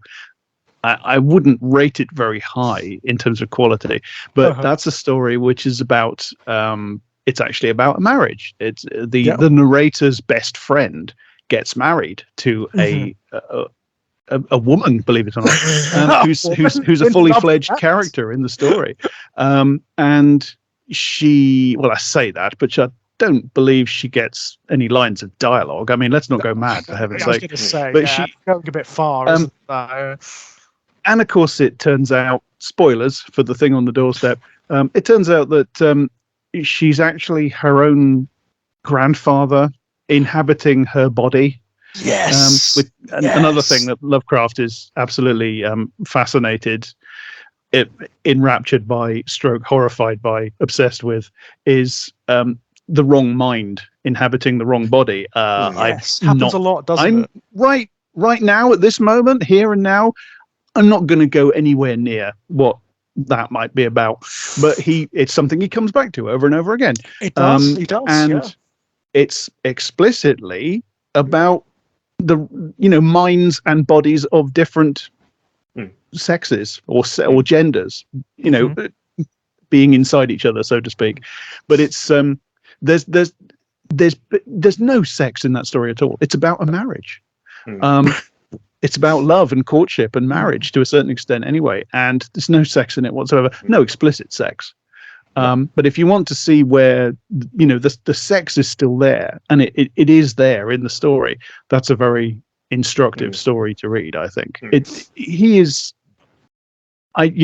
guy had some issues, let's put it that way. My goodness, I mean, it's something that I must say endlessly fascinates me, particularly with regards to his relationship with Barlow, which was, if his letters are anything to go by, it was intimate on an emotional level, if nothing else, Incredibly intimate and incredibly trusting. Like, he leaves Barlow his literary legacy. And whatever he says, like, Lovecraft is obviously very self-condemnatory often. And, like, there's moments where he says, like, I can't remember the two authors, but he says he has one phase and he has another, but there's no original Lovecraft, which is an amazing thing for him to have said, given his sort of posthumous legacy. If you ever feel bad about your own writing or whatever, just go and read what Lovecraft said about his work. You'll feel better immediately. You really will. His self-hatred was, to talk about, like, the various types of hatreds that Lovecraft had, his self-hatred was on another level. No, it's pretty excoriating. He absolutely felt himself to be a failure on every level, right? He did not live up to his own peculiar, slightly Anglophile Victorian ideal of what a gentleman should be, or a man should be, or whatever. And I mean, to go back a bit into semi-Freudian mode, like you just can't help but wonder how much that is his mother's voice constantly playing and haunting him. Like by all indications, apparently she used to, because she saw him as essentially a legacy of his father, by all accounts, screwed them both over quite profoundly. And so she used to parade him in front of her friends as an example of ugliness. I was going to say, didn't she tell him at one point that he couldn't go outside because he was too ugly? I don't know if that's apocryphal or not, but like it certainly rings with a lot of what I have heard is the case. I mean, she was definitely emotionally abusive, possibly possibly physically abusive. Like, who knows? Yeah. I just don't know. But like, if she was that emotionally abusive, it certainly opens up the thought that she might have been worse. I mean, she was, by all indications, she was obviously severely damaged and possibly had, I don't know exactly, but by all indications, the father had syphilis, and that was part of sort of how he left them. I don't know if she had been infected too, and of course there was, issues with mental health and syphilitic infection.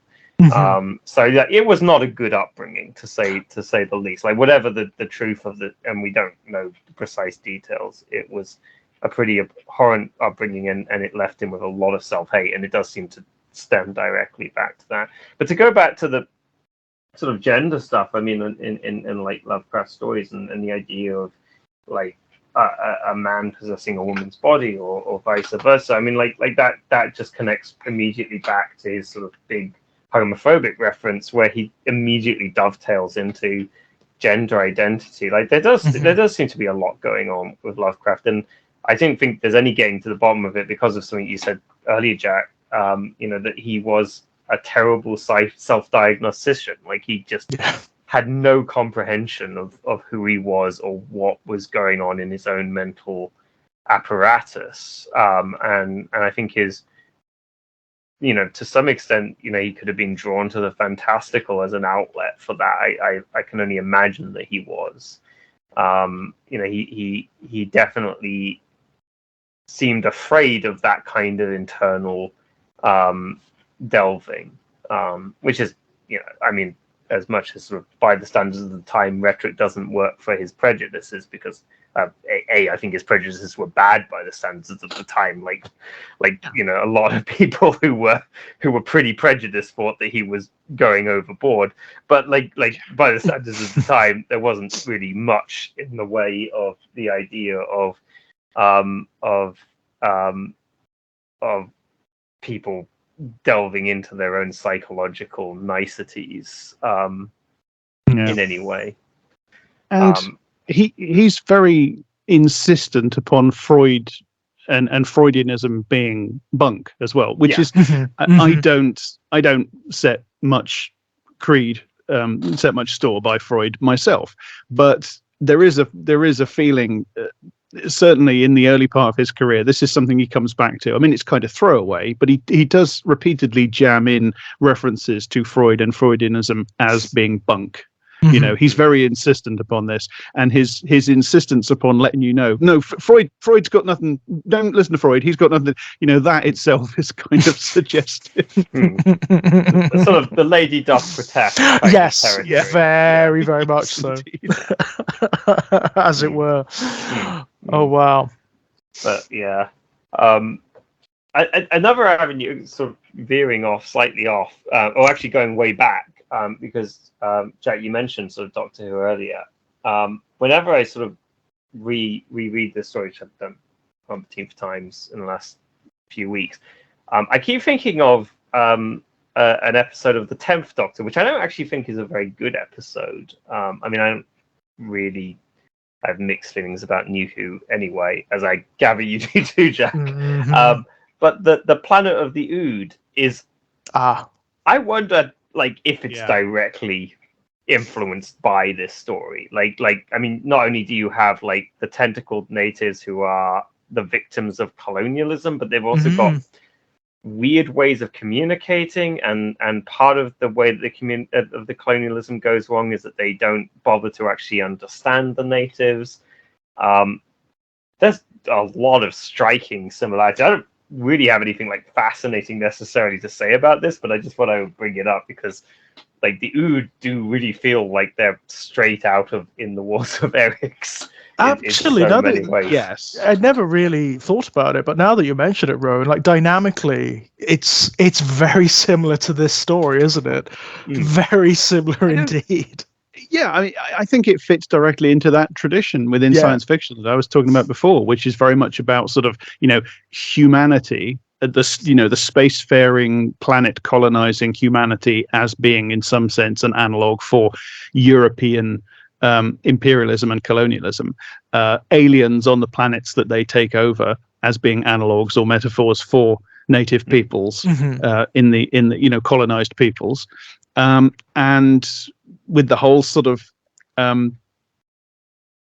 narratives, about the barbarism of that and the commercialism of it. That story is very much, it's very specifically about a company.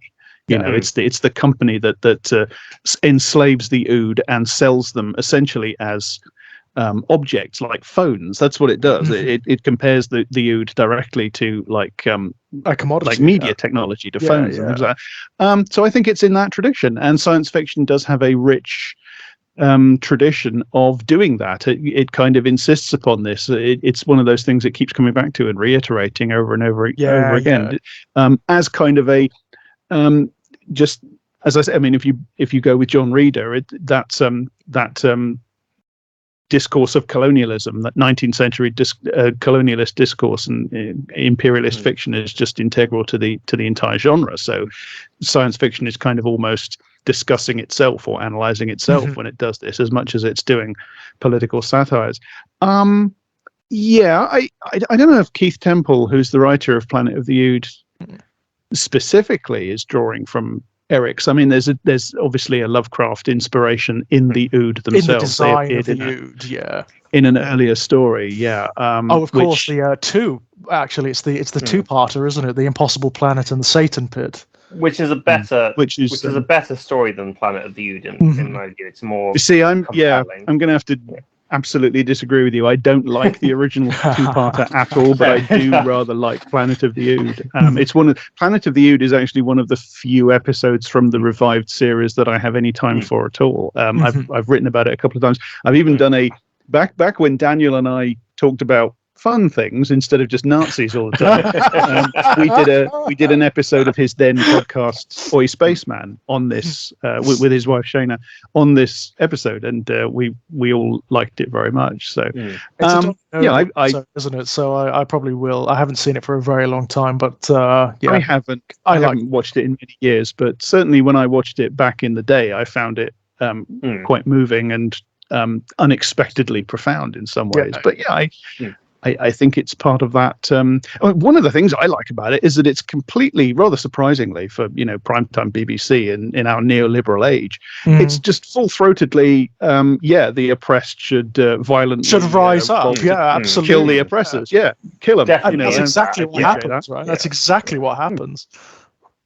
Yeah, I mean, David Tennant era Doctor Who has a lot more of that going on, and then it dwindles after that. I mean, there were lots of problems with the Tennant era, but there was much more of that original radicalism to the Doctor still about. I mean, obviously, I love Christopher Eccleston as the Doctor. If they'd maintained that ethos in New Doctor, I probably wouldn't be as critical of New Doctor generally. I think that first season, teething problems was like the biggest issue with it, but I actually quite liked the first season of New Doctor. I didn't like it to start with, but I came round to it. One of the things that I love about that first season is that it's very much the Doctor as catalyst rather than as hero. One of the things that happens repeatedly, and fans at the time kind of whinged about it a lot, but one of the things that happens a lot in that first series, and interestingly enough, this is also the case in Planet of the Ood, the Doctor isn't the one who solves the problem. His presence and the things he does and says kind of either cause other people to take the action, the people who are actually in the situation that he comes into, or he helps people in that situation take action for themselves. He and Donna help the Ood do something that they're going to do anyway. And in the Eccleston year, you see that several times. You see that the day is actually saved by somebody else, and the Doctor might inspire them or help them, but it's not him that's doing it. And I love that. I love that. The thing I can't stand is the thing that became much more standard later on with the Matt Smith years, where the Doctor is this fetishized hero figure, and several times in those years what happens is the aliens turn up and the Doctor says, "I'm the Doctor, look me up," and they sort of look at his Wikipedia page and run away. And I fucking hate that. I hate the entire idea of the Doctor as badass. That's the first episode. They annoyingly do that worst of all of the tropes of the Matt Smith era. Who I have I actually really like Matt Smith as an actor. I just think he was terribly cast as the Doctor. I don't think it was a good role for him at all. I think he's done a lot better work elsewhere. But it's right there from the beginning, and the whole Matt Smith period. Largely because the writing is just generally visible. Generally awful. There's a couple of standout episodes that are okay, but by and large it's dreadful, and it is largely, not universally, but largely because of exactly what you cited, Jack, which is this incredible mythological laziness where they set up the Doctor as this it's a cosmic saint entity, which is known throughout the universe, and his reputation is ultimately what ends up saving the day, rather than people taking active agency to save themselves. It's hideous. The Doctor Who is not about the Doctor. The Doctor is not what the story is about. Doctor Who is a series of satires and utopias and dystopias and pastiches and metaphors and things like that. And the Doctor is the linking figure. The Doctor is and the TARDIS. They are how you get from one genre to another. The TARDIS takes you from a political satire one week, and then it takes you to a story about utopias the next, and then it takes you to a literary pastiche the next. Or so, the idea, the whole idea of the Doctor as like a crusading hero is something that has accreted. I mean, the original series is not innocent of this. The old sort of 63 to 89 series, it's not innocent of this. It does this, but it's in its basic DNA. The Doctor is not a hero. He is an explorer with all the ambiguities of that term that we've talked about a little bit in this episode, because he is a deeply, he's a figure that's imbricated with lots of imperialist ideology and colonialist ideology, and like Reader says, it's integral to the genre. But basic to the real soul of the series is the idea that the Doctor is just he's an explorer, and you follow him, and he takes you from one story to another, and the stories of the worlds that you go to with their significations and dimensions and metaphors and allegories and so on. That's the point of the exercise. When you make it a story about a crusading hero who goes from one situation to another and blows up the Cybermen and saves this planet and so on, you've for me anyway, you've fundamentally lost the point. Misunderstood. You've absolutely misunderstood what the show ideally should be about. You might as well just be making a superhero thing. Yes. Well, we talked earlier about the problem of white savior, but saviors are just inherently boring characters. They're not interesting, and they diminish the world around them because they're egotists. And the egotists in control of the story, which is the worst kind of egotist. Yeah, they become they rob everybody else of problematic. Like when you have characters like the Doctor, who are effectively omniscient and omnipotent. It is effectively a godlike character. I mean, he can reset the universe kind of when he wants. He's done it multiple times. So his plays of morality and concern and whatnot are exactly that. To anyone who's paying attention, they are evidently pantomime. And that's the real problem when you set up this savior character. He actually could go around and save everyone if he wanted to. He has that capacity. He just doesn't. He just chooses not to. You can do it that way if you want to, but you don't have to. Like the original series, there's a lovely feel to a lot of the original series that the Doctor is. He's kind of a mid sort of individual. He's a bit like us. He's a bit of a fart around. He's a bit of a dropout. He's not all that. In the Tom Baker years, he gets a companion who is another Gallifreyan, a time lady, and she's like totally efficient at everything, and she's very learned, and she came first in all her exams, and a real sort of prefect type, a real sort of establishment type, and she's kind of openly contemptuous of this guy who's, to quote an episode, scraped through his exams at 51% on the second attempt and constantly lands his ship in the wrong place and doesn't know how to fix it. And I that's the Doctor I love. I love the Doctor who's kind of a bit of a failure, but whose saving grace is that he left that awful staid reactionary society of Gallifrey because he just wanted to get out there and see the universe and learn things and meet people, and he has a moral sense that makes him say, well, it's not enough for me to just look. I do have to help if I can. That's the Doctor I like. Sort of like I don't like the godlike Doctor. No, I hate that too, and that's the problem they set up, of course, because that's what they made him. That's exactly what they've made him in New Who, and it throws up all of these moral conundrums. The fact of his capacity, the fact that he's got the TARDIS, the fact that he can reset the universe, that he can go back to the beginnings of, say, the Daleks' history and just stop it fucking happening if he wants to. To be fair, again, the original series, the series that I love from 63 to 89, it's not innocent of this. There are times through that where it does this fetishization of the character. And I like that less. One of the interesting things that happens is towards the end, you get the series starting to do that and then interrogate it. With the seventh, the Sylvester McCoy Doctor, you kind of get storylines which suggest that the Doctor has, very great power, but it also starts to critique him a bit for the way he uses it and the things he does with it. And that's not something, despite claiming to a lot of the time, that's not something that the new series has really ever done, I think. No, it's sort of trod there. It's on the very edges a couple of times, and then it pulls it right back. It comes a little close with the 12th Doctor sometimes, but the writing is just never up to it. Yeah, that's the problem. That's the problem. Which is a shame, because Peter Capaldi absolutely is he up was to it. Fabulous. He's just great in everything, isn't he? His presence is excellent. The series that he's in is terrible. I mean, almost universally. And in fact, some of the episodes are some of the worst you will ever see. But he is fantastic throughout. It commits the worst sin of that kind of television, that it's just boring half the time. Half the time it's just really dull, right? Dull. Like the episodes are unoriginal and uninspired, and it feels like everyone is plodding through them, including there is Capaldi. some good stuff in. Yeah, there is. There definitely is. And Capaldi's a good actor. Yeah, there is a lovely episode, which Stephen Moffat episode, which is called Listen.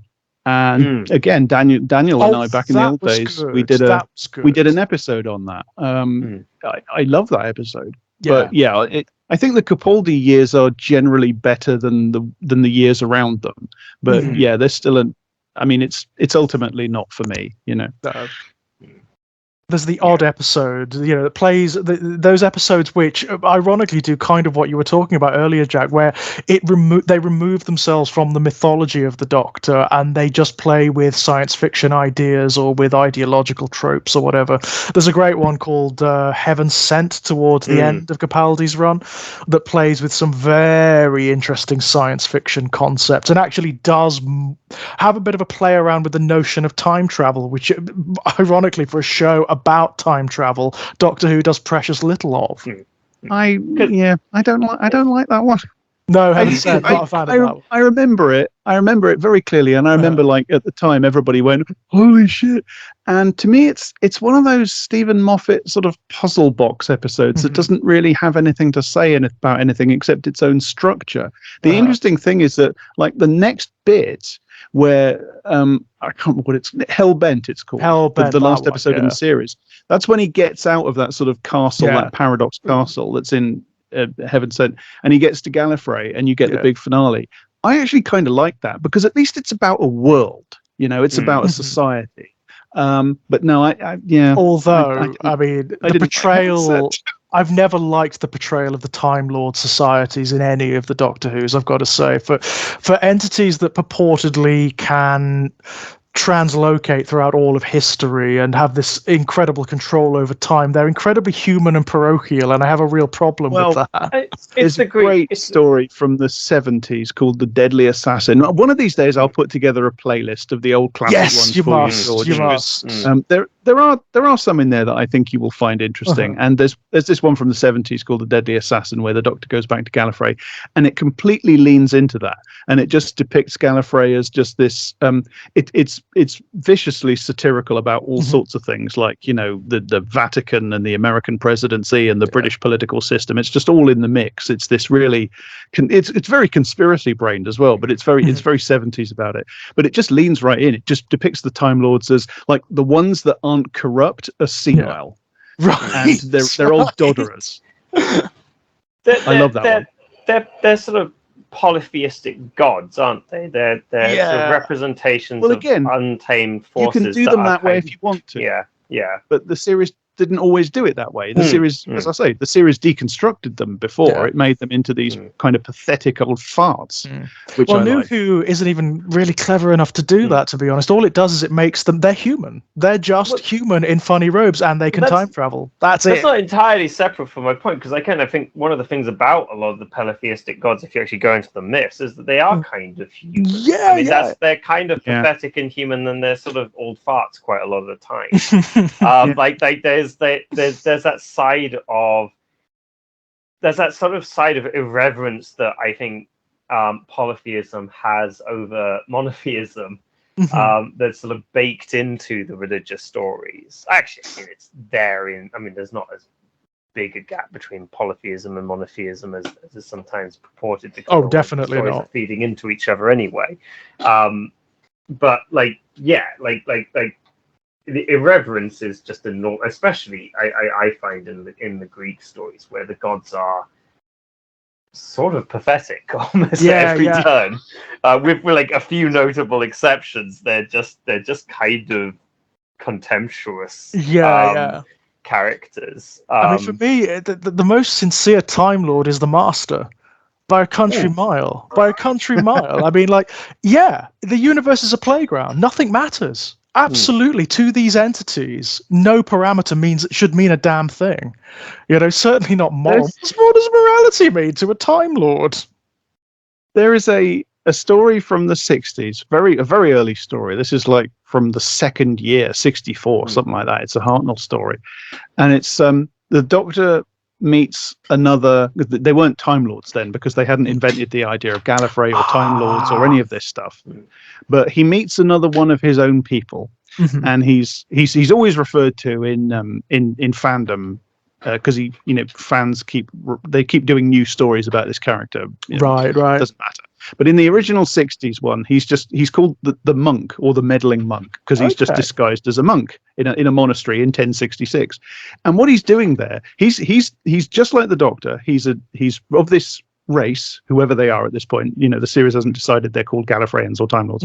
And he's left the planet in a TARDIS, and he's traveling around the universe. He's just like the Doctor to that extent, except that whereas the Doctor says, the Doctor lands in revolutionary France or the Aztec capital before Cortez turns up, the Doctor always says you can't change history. So there's this inherently sort of conservative, reactionary thing to the Doctor's entire approach to time travel. The monk says, yeah, you can. And I'm going to do it. I'm going to laser beam the Vikings so that King Harold doesn't have to come up here to fight them, Harold Hardrada, so he'll be fresh and ready for William the Conqueror. I'm going to avert the Norman conquest. And like, I wish the show was fundamentally, I wish the show was about him, because that's what you should do. That's more interesting, right? If I had a time machine, that's what I'd do. Absolutely, that's way more interesting than it's that thing where the Doctor has all of these arbitrary rules. So he'll say shit like, "Oh no, this is a set point in history," but only when it's on Earth, and only when it's for like white human history by and large, right? Aliens, he'll do whatever he likes. Alien planets. Oh yeah, we can do whatever on alien planets. They don't matter. Has there ever been a set point in history in like either a future narrative or an alien narrative ever? I mean that's a new Who thing anyway, isn't it? I think it is the notion of set points in history that can't be changed. That was first invoked in the first Peter Capaldi episode ever. Actually, I think that was first invoked for the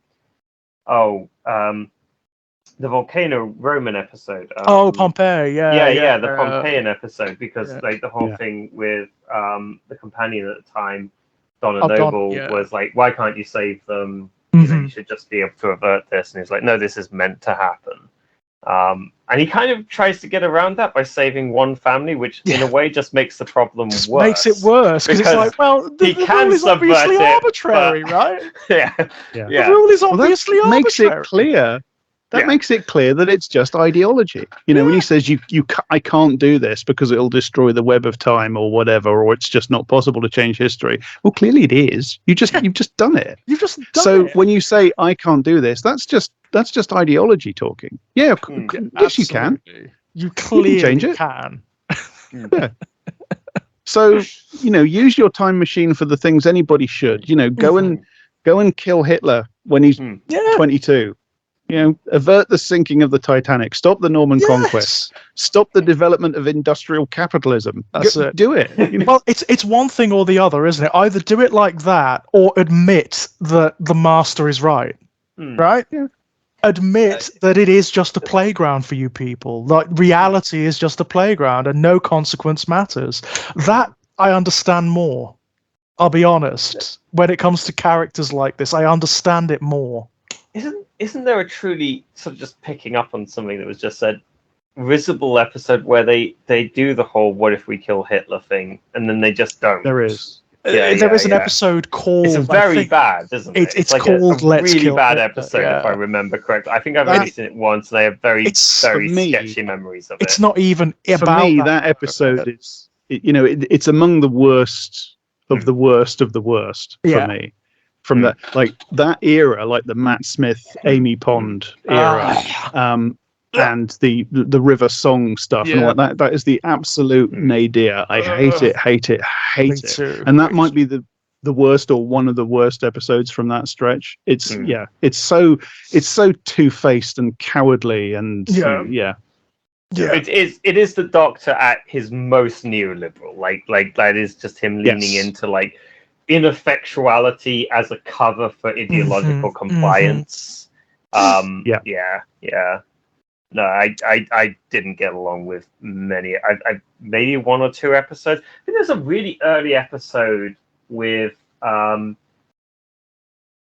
spacefaring creature that they were traveling on and also harming. Yes, that's one of the very first episodes. Yeah. I think it might even be the second. After the really bad "I'm the Doctor" episode, where he scares off the alien just by announcing his presence. I think that's the one that's a rip-off of Mortal Engines and James Blish's Cities in Flight, isn't it? That's the one where they've sort of made Britain into a spaceship. Yeah, I don't know.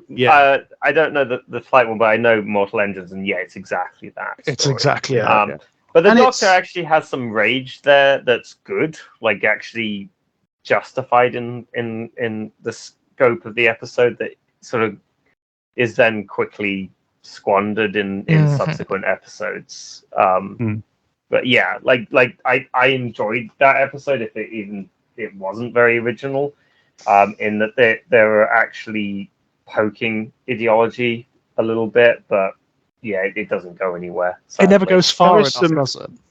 No, there is some satirical potential in that one, but it cops out, if I remember rightly. It completely cops out. Yeah, I mean, like obviously there's a bit more resonance these days in post-Brexit Britain. You know, the fact that the ship is essentially the island of the UK, in space that's separated from the rest of humanity.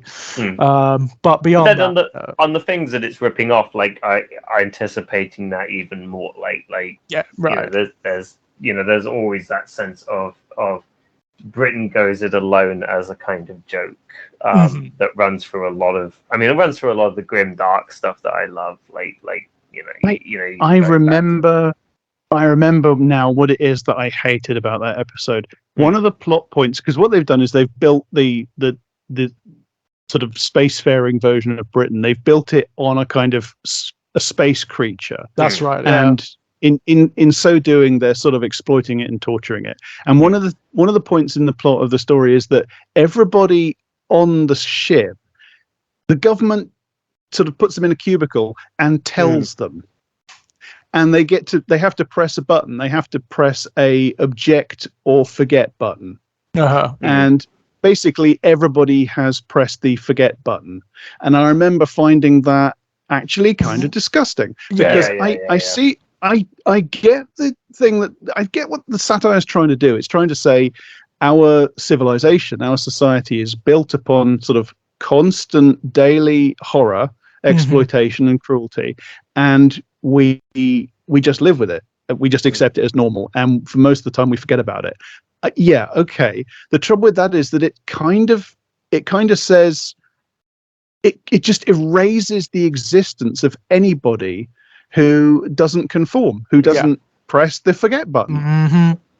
It erases their existence, but it's in a way even worse than that, because it erases the context for that complicity and the texture of that complicity in daily life. That complicity is very complex. I mean, I definitely felt a certain degree of that kind of misanthropic rage after 2019, even though I saw it coming way ahead. But and the general election there and the willingness of people to make, a very Mephistophelian deal. But it's a very vulgar thought, and it belongs in a sort of guttural emotional reaction. that accepts the pantomime of that kind of democratic flattening, democratic in the bourgeois sense of what are the real variables involved. People are making really difficult contextual choices, and there is a discussion to be had about complicity. There is a discussion to be had about how people will ludicrously constantly repeat the never again mantra whilst being very comfortable with all kinds of evils that are happening right outside their doorstep, including evils that have strongly colonialist, racist, etc. overtones, and the way in which that complicity is facilitated. And I think it's a general problem with Doctor Who that I actually even find worse in an episode for the 12th Doctor, as much as I've been sort of praising it relative to Matt Smith era. There's a really, really bad episode which is always actually still cited quite positively by a lot of people. I see the clip coming up a lot, where it's the 12th Doctor giving a big anti-war speech. Oh, yes. Yeah. And to do this anti-war speech, he essentially invokes... It's clearly the writers trying to be too clever for their own good, because what they're really invoking is John Rawls' notion of... the liberal philosopher John Rawls' notion of the veil of ignorance. And this is like a thought experiment where if everybody didn't know who they were in society and then decided how society would be composed, John Rawls believes that you would kind of end up with a sort of left Keynesian social democracy behind that veil of ignorance. And the 12th Doctor sort of invokes this argument as an argument against war.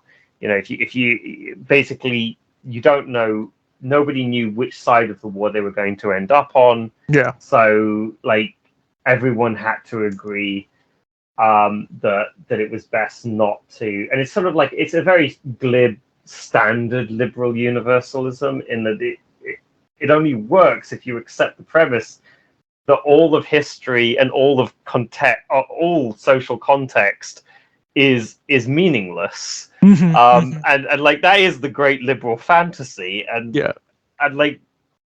there's no argument actually given for why we should assume that. And against that, even fascists could sound convincing, because the fascists would be like, well, why do we rule out context? And the liberals actually have no answer to the fascists on that. Why do we? And obviously the left, or the best of the left, has a convincing argument actually rooted in context for a liberatory universalism that doesn't actually have to ignore all of human history and all of the variables at play. But no, I mean, it is actually presented as a kind of profound anti-war speech, and it's actually, to anybody who is pro-war or pro any particular violence, I would just imagine utterly unconvincing. But within this fiction, obviously wins the day immediately. That's the Zygon two-parter, isn't it? That's the one with the shape change.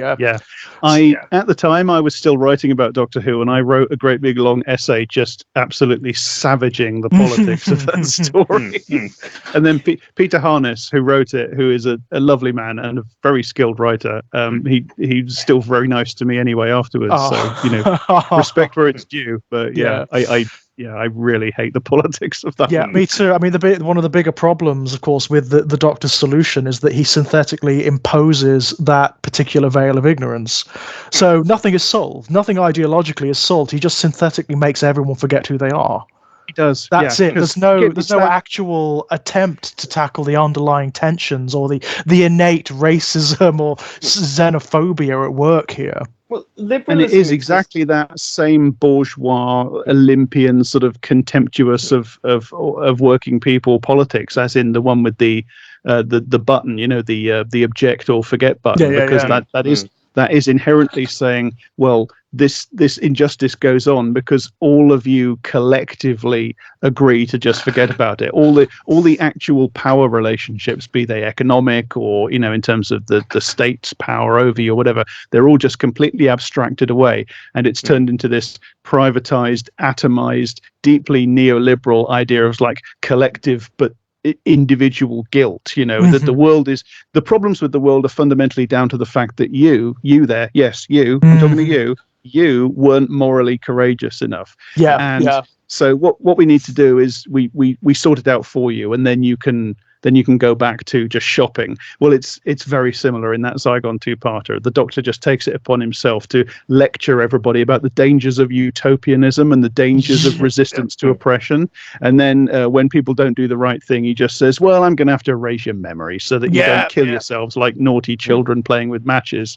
It's deeply elitist and it really is. It's very liberal, isn't it? The problems are not systemic. Exactly. The problems are not systemic. There are no systemic problems, right? It's just you naughty children within it. You are playing up, you're acting up, and you can't come to a compromise. So we're going to use something systemic to make sure that you haven't got the option anymore. I'm not even sure it's inherent to the original liberal ideologues. It's inherent to the original failure for them to realize their radical dreams and that flattening of history, which liberals have indulged ever since. The sort of failure of, I mean, the word radical is sort of intimately associated with the radical libertarians. It's the liberals. It's the radical utopianism at the beginning of liberalism. And the stillbirth utopian vision haunts liberalism. And the way that it's collectively dealt with that is just by flattening all of history and context ever since. And it's because it's a psychological solution to an intellectual problem. I don't think honest liberals understand why it's unconvincing to anybody who doesn't share their worldview. They don't understand why they can't immediately persuade fascists and Marxists and anarchists and anybody, of any politics that's outside of their, the contentive substance of their worldview. Why just saying this immediately doesn't just solve all of the problems.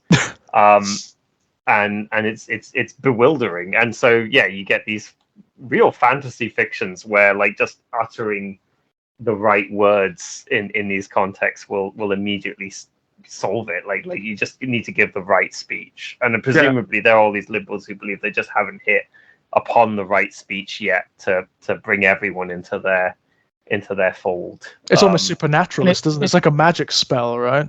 If you could just find the right catechism. It rolls, that sort of liberal viewpoint, it rolls all objections, all discontent into the same undifferentiated blob. It rolls, fascist discontent with liberal bourgeois democracy into essentially the same sort of slot as left-wing discontent with bourgeois democracy, and it sees it all as sort of the same species of, deluded utopianism. And it kind of says this is why liberalism has been completely powerless to deal with the rise of the re-rise of modern fascism, to deal with phenomena like Trumpism and what's called post-truth and stuff like that, because it fundamentally mistakes all forms of discontent with liberal democracy as fundamentally being equal and being fundamentally based on sort of individual inability to understand what is the correctness of what society is trying to say to you. Yeah, no, absolutely. And I mean, and Rawls as, in many ways, the last great liberal philosopher, like in terms of his reach, in many ways he was. And propounding a theory that even most liberal philosophers now regard as utterly unconvincing. Like there's no substance behind this anymore. It is a very spent force, and all it can do is that collapse of adversarial content, a collapse of all content. I mean, it purports itself to be contentless.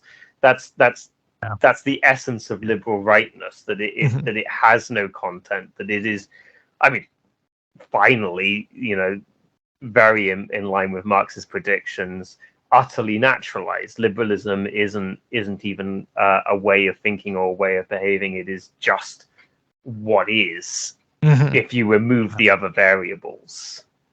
It's hegemony in that Gramscian sense. It's not. It's ideology so omnipresent that people don't see that it's ideology anymore. That's what Mark Fisher's talking about with capitalist realism. Yeah, it is the assumed, right? Yeah, it's the base assumption. That's all it is. It's just the assumed, and there is nothing underneath. And to kind of, wrestle us back in the direction of the original topic, one of the things that can make Lovecraft and other reactionary writers interesting and more interesting sometimes than liberal writers, it kind of pains me to have to say this, but sometimes they get at these things better. They get at these problems more directly and more viscerally. Their solutions might be wrong, their ideology might be wrong, but Lovecraft's work is built around this kind of howl of uncomprehending horror at modernity, as is a lot of the writing of the weird, from the sort of pulp weird like Lovecraft through to what you could arguably call sort of literary, even non-genre weird, stuff like Wyndham Lewis and people like that, and deeply sort of T.S. Eliot even sometimes deeply reactionary stuff, but it is this sort of horrified, uncomprehending howl at the horror of modernity, really. And sometimes their diagnosis of what's going on is wrong, and their prognosis for what's going to happen is wrong, and certainly their prescription for what we need to do is wrong. But the reaction is more heartfelt, and it's more it connects more with how you feel about it. There's still, even at their most reaction, they're still denaturalizing the current social given, even if their solution to that is to try and renaturalize an often fabricated past. That's definitely the case with T.S. Eliot. Lovecraft is more complicated in his ambivalencies. But like, they might be trying to find the social natural, which it is Marx's, and to some extent Nietzsche's insight just doesn't exist. I think Nietzsche did semi-grasp, and Marx very much grasped, there just is no natural social. The natural social is anything humanity is capable of organizing itself as, and it turns out that's a lot of different things, potentially, uncountable numbers of things. But reactionaries can, and I think not all reactionaries are fascist. I'm fascinated by the works of the sort of radical traditionalists who, they certainly have fascists in their number, like Evola, who I think is uniquely uninteresting amongst them. But they have a lot of non-fascistic thinkers in their number as well. And it's interesting, actually, before you sort of brought up the idea of sort of time traveling to prevent the Norman invasion, because a lot of the radical traditionalists see the Norman invasion as sort of the sin in human history, as the beginning of modernity, as like the thing that like sets humanity off course, which is a sort of ludicrous theory, but it obviously comes from the fact that they don't have a class theory and therefore can't really explain why things have gone wrong. They just know that they have, and they're looking, at the Norman invasion as a sort of like having these sort of proto-modern features, which actually it does. It does have certain aspects of a sort of more modern invasion in its systematization, in its control of language, in its slightly proto-national project. It's all a little too proto to really work in the way that the radical traditionalists want to make it work.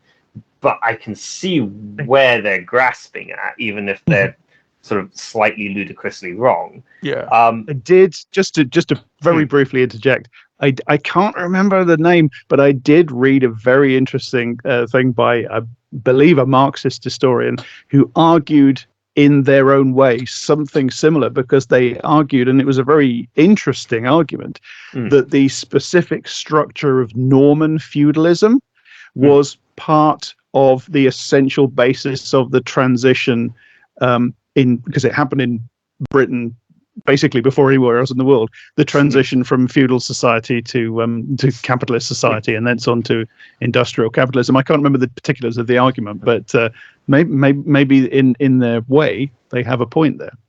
I think that there are aspects. Like especially in the social organization of the Norman England, that do feel very modern and do feel slightly uncanny in their modernity. I think like there's all kinds of problems with the tenuousness, not least because I think modern capitalism, as much as industrialization comes out of Britain, mercantile society is very much steaming ahead in Italy, and there's a lot of very prescient things happening in Italy, and that's just also separate to things like the Norman conquest of Britain and so on. I think there's fundamental problems. I mean, I don't buy the sort of rival what's their names, the sort of left-wing book on schizophrenia, the two Deleuze and Guattari. Deleuze and Guattari, they have a view that like capitalism is almost inevitable, that almost the entirety of the rest of history is sort of just inexorably leading up to capitalism, and I've never bought that kind of view. I mean, as much as Deleuze and Guattari like to sort of frame themselves as much more sophisticated and complex thinkers than most Marxists, that feels actually just phenomenally vulgar in an almost Stalinist way. But that's the sort of thing you'd expect from Roger Scruton and people like that. It's very stagist. Like it's in a way that I think that Marx sometimes dips into, but then quickly disowns each time that he does. I don't think Marx felt modernity had to happen, and I don't think he felt it had to happen in the exact lines that it did happen. And I concur with him on that.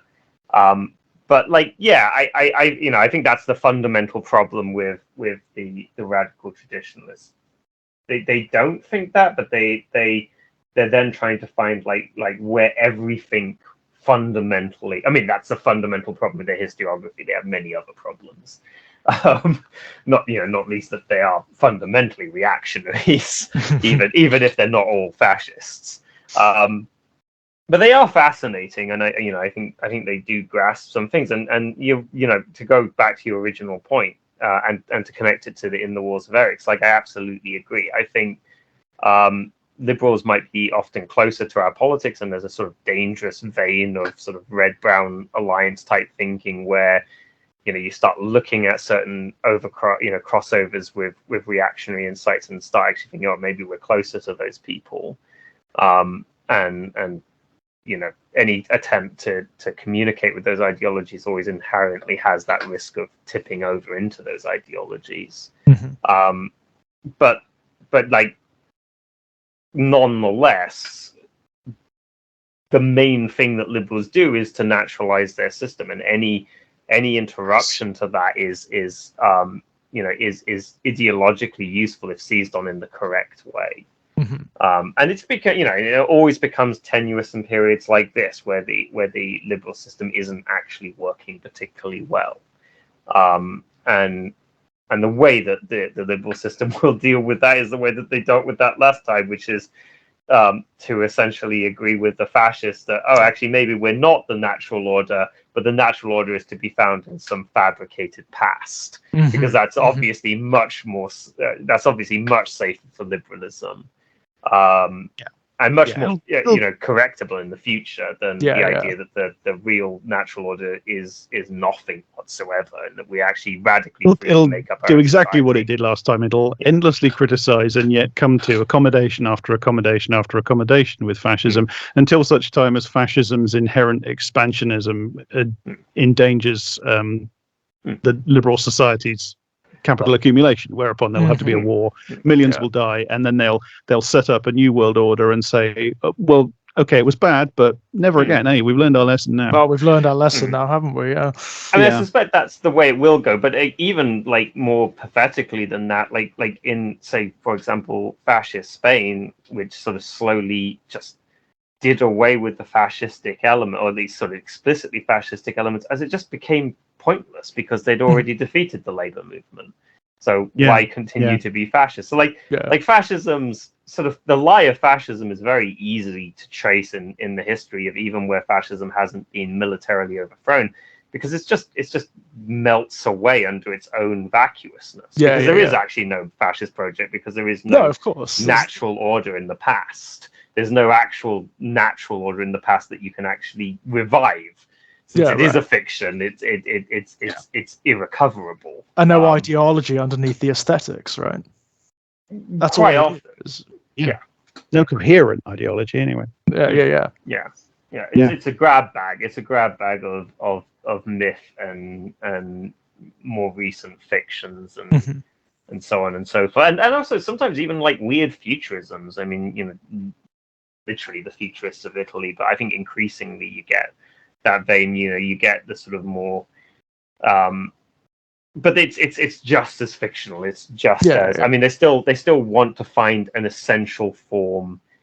The thing that binds it all together is they want to find the essential corporate form that society is preternaturally meant to assume. And for the futurists, like, that's an unrealizable vision of like speed and technology and war. And for most fascists, it's like a halcyon vision of like rural farming and women being subjugated, and everyone looking the same. But like it's much of a muchness in terms of how it works out, because it's all a similar fiction. It's fascinating with regards to Lovecraft, isn't it? Because he obviously holds these reactionary visions to a certain degree. He does have a certain belief, or at least he does at certain points in his life, of a natural order, but he is not active with regards to it. He believes that it exists, but it's failed. His idealizations have failed in the face of escalating modernity. It's kind of funny to figure, because there are some like Marxists who call themselves what's the term? I mean, semi-Marxists, who sort of null hypothesis sort of Marxists, who sort of say Marx is right about everything, but the situation is foundationally hopeless. Like Marx is right about everything except for collective agency, so there's no future. And it's kind of funny to see Lovecraft as kind of like a reactionary null hypothesis version of that. Like he's like yeah, fascists are right, but there's no fascist project. Which is just weird. I don't know. It is very else strange, who's isn't adopted that view. Like I mean, fascism's tendency towards fantasy means that it's kind of protected from that kind of pessimism generally. Like I mean, fascism always functions on like highs of pessimism and highs of optimism at the same time. So you have like 1,000-year Reichs, whilst at the same time so-called degenerate races are constantly infecting and corrupting and undermining you. You're both supremely strong, but also weak to those who are supremely weak. It's so bizarre, right? And that's exactly what you get in Lovecraft's writings on this matter. He believes in that particular fascistic notion of purity and whatnot, but he also believes that the corruption of that purity is inevitable. I mean, it comes out that. I mean, I love a philosopher called Ernest Bloch, as does Jack by all indications, and like with Bloch, like he talks about petty bourgeois consciousness a lot, and it's that sense of the petty bourgeois consciousness as torn between the predation of capitalism on the way that they socially reproduce, because small business owners are constantly being attacked by large businesses, by capital, but also they depend more, partly because of that precariousness, on hyper exploitation. They depend more on being able to brutally exploit labor, and so they're certainly not on the side of the emancipatory vision of labor. They don't have a vision for society themselves. There's no such thing as a sort of petty bourgeois way of socially organizing. It would simply be a less efficient capitalism. So they're kind of torn between rival visions without being able to construct any of themselves, and that's sort of the base of fascism. So that it's a torn consciousness at its root. It's a consciousness torn between extremes of optimism and extremes of pessimism, and really only and I often disagree with a lot of Trotsky's writings, but actually some of Trotsky's writings on fascism are quite astute. And Trotsky said, like, a robust, strong labor movement is able to pull these people in. A weak labor movement will see them collapse into fascism, and I think that's just broadly correct.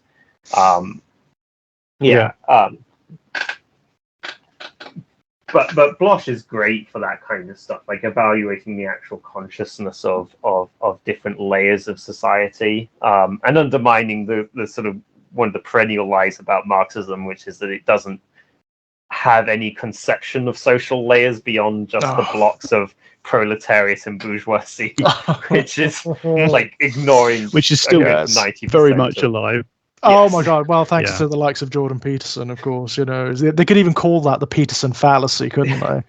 At this point, certainly today, he is one of the big popularizers. I mean, I think as many problems as they have with Zizek, he did definitely brutalize Peterson's vulgar conceptions of Marxism. Not that it was a particularly I was going to say, job, but to be fair, it's not that difficult. I mean, he didn't even go into everything that he could have gone in. Like, one of the things Peterson said in that rather bizarre debate was that Marx has no conception of ecology, which is wrong. It's just not only wrong. It's flat out wrong. It's also wrong about the only book that Peterson said he'd read of Marx, and he said he just read of Marx because he claimed to prepare for the debate he had solely read the Communist Manifesto, and he and literally just finished it. But even in the Communist Manifesto, there's discussions of ecology. Right, so right. it's yeah. I mean, I guess the obvious joke is like he wouldn't give a passing grade to one of his own students for work that bad, but nonetheless. Yeah. Wow. Excoriating, but it's true. Probably. Yeah, I mean, it's worse than that with Peterson. He wouldn't bother marking his students' papers. This is the guy who the minute he makes a politically incorrect and, by the way, completely empirically incorrect remark about that Canadian law. Claiming that it's you're going to get arrested if you don't obey people's diktats about pronouns. It's complete rubbish. And he immediately stumbles into his new media career basically as just a professional reactionary. And the guy just immediately dumps all his patients. Like he's got he's got long-running patients who are in the middle of courses of therapy, and they try calling to set up appointments. And his answer phone says, "If you want to book Professor Peterson for a media appearance," and the guy is a complete. He's a complete bastard. No, he's a shyster. Yeah, he's a fraud. The thing that frustrates me about the discourse around Peterson on the left is a lot of it's about how ridiculous he is, and he is ridiculous, and a lot of it's about how clueless he is, and he is clueless about pretty much everything he talks about. But for me, the real story is what an unpleasant, selfish, nasty little man he is. Yeah. That's the truth of it, isn't it? It's the fact that people don't say this. Even on the left, people don't discuss this. He's a bad man. He's just a terrible human being. The thing I find interesting about him is that he comes from a weird tradition within Jungianism of obsessions with masculinity. That I think go back to a guy called Robert Blee. And I actually don't dislike Robert Blee. He wrote a book called Iron John. It's not a great book. It's fine. He's mostly talking about fathers taking their sons into the countryside and doing manly stuff with them. And he's very obsessed with beards and folk tales.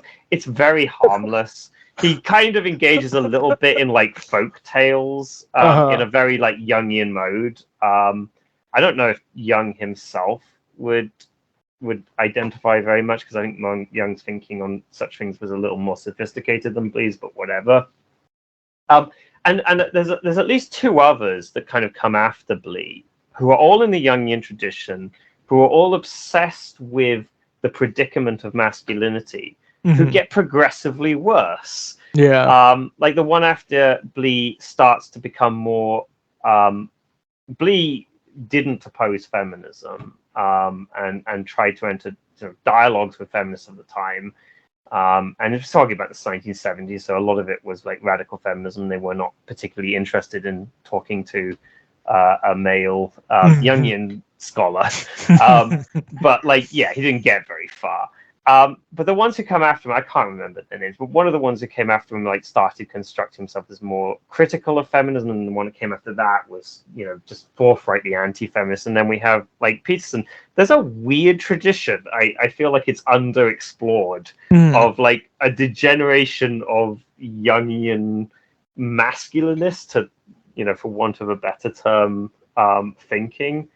And it's interesting because I've never seen Peterson actually cite these people, but he always says that Jung is his bedrock thinker. Yeah.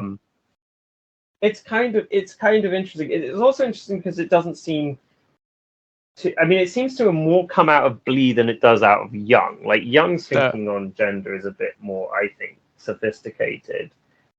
There's a lot of like crude anti-Jungianism in Marxist circles that I think is not really wholly justified. I mean, outright claims that he was a fascist that I don't quite think is historically evidenced at all. No, I don't. I don't think that stands up. We know he was curious and sympathetic in some ways at some point, but I think it's overstated massively, isn't it, by a lot of people? Yeah. I like what I like about Jung is that he was a very curious thinker generally about other societies, other ways of thinking, other ways of looking at the world. And he wasn't, I think, a misogynist in any particular way. I don't think that comes out. And in fact, of all of the psychodynamic thinkers, so there is early stuff where he was intensely homophobic, in line with Freudianism. But he reverts on that. Whereas, like, if you take, I think I really like in many, many ways, the sort of great Marxist Freudian, the Sane Society. I'm just gonna have to look that up. I'm so terrible with names. Erich Fromm? Erich Fromm, yes, exactly. You take Erich Fromm, like Erich Fromm never announced his homophobia. His homophobia runs right through his history, and it's intense and bad. Like there are points where Erich Fromm is as sort of almost go-to psychoanalyst of the Marxist circles was writing in a far more homophobic way, where Jung was by all intents and purposes quite inclusive. But yeah, that's a sort of annoyance of mine. It's horrible that because there's so much great stuff in Erich Fromm. Yeah, there really is. Like I think where he gets things right, he is very right, and I don't think his homophobia actually fits well into his other ideas, particularly. No, exactly. It's actually at variance with his worldview as a whole, which is what's so frustrating about it. Whereas, like, I think you could much more easily integrate homophobia into like Jung's worldview. Although, I mean, having said that, like Jung's big reference points are like Renaissance mystics, and I actually think they're quite. There's a whole sort of progressive history to write about Renaissance mysticism, which is actually a lot more open-minded and interesting than people realize. I mean, feeds directly into Hegel and then Marxism in any case. Back in the day, I did an entire episode of the old Shabcast about John Dee. Oh, I have to watch that. Yeah, me too. Listen, yeah, definitely send me a link. Like, I'd love to. I have a minor obsession with a guy called curse of me and names again. Bomb. Something Bomb. Jacob Bomb, I think. Sort of one of the weird sort of pseudo Gnostics that directly influenced Hegel. Hegel was Hegel sort of said of him that he was the most brilliant writer that he'd ever read. But that he had this sort of very vulgar way of going about his ideas, and it all needed a philosopher to correct, which amuses me because kind of Hegel did to Bohm sort of like he very much had like I'm going to turn Bowman his head, and then Marx comes along and it's like I'm going to turn Hegel his head. Like I like this idea that there's a tradition of these philosophers also, like spinning each other over. Just on a stylistic level, I like the idea of Hegel telling you, yeah, it's okay, but you need to rewrite, for clarity and brevity. Yeah. Hegel is famous for legibility and ease of access. Like it's his most known quality. I mean, to be fair, like Bohm is weird. Like Bohm's well, you can definitely see the influence. The influence is that he sees reality as fundamentally this unity that then subdivides into antagonisms that creates the processes of history and reality itself. Like that's just straight up Hegel, and then like feeds dialectic. Yeah, exactly. Yeah, and I mean that stuff is like integrated. I mean, it's foundational to Hermeticism and to a lot of Renaissance mysticism. It's why Nietzsche's like simultaneous love of the Renaissance and hatred of Hegel always kind of confounds and irks me, because it's like, how are you not seeing the similarities here? I mean, there's more to that. Like there's the genealogy of morals is sort of straight up master-slave dialectic anyway. So like there's weird crossovers that Nietzsche just is so uninterested in Hegel that he doesn't explore. But yeah, another discussion possibly. I could get lost on this subject, but yeah. It's like a maze we can't see. Exactly. Yes. Yeah. I'm trapped in my own unconscious. Well, on that note, my loves, shall we draw this to a close? Yeah, I do have to be getting on, I'm afraid. As fascinating as this has been, no, I think so this much. may have to be a pick up again. Yes, until next time, as opposed to an end. Yeah. Yes, definitely. Excellent. Well, in that instance, before we go, closing thoughts on the walls of Eryx.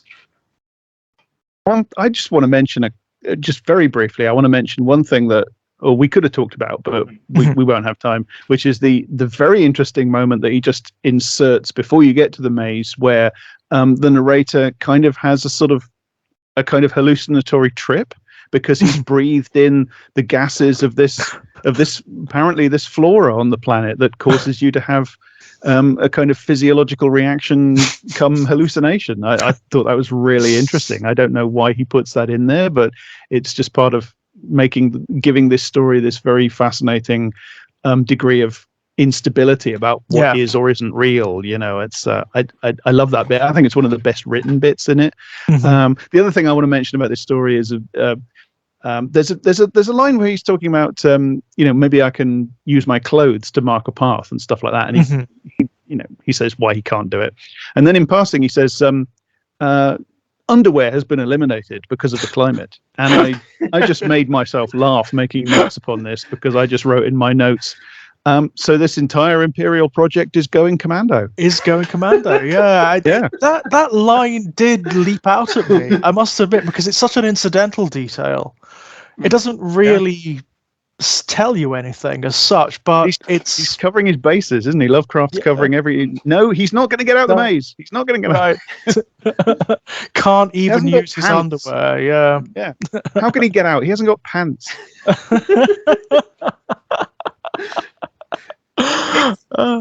It's a lot more humorous than most of Lovecraft, like even intentionally with the far off flies and stuff, but also, as just indicated, unintentionally too.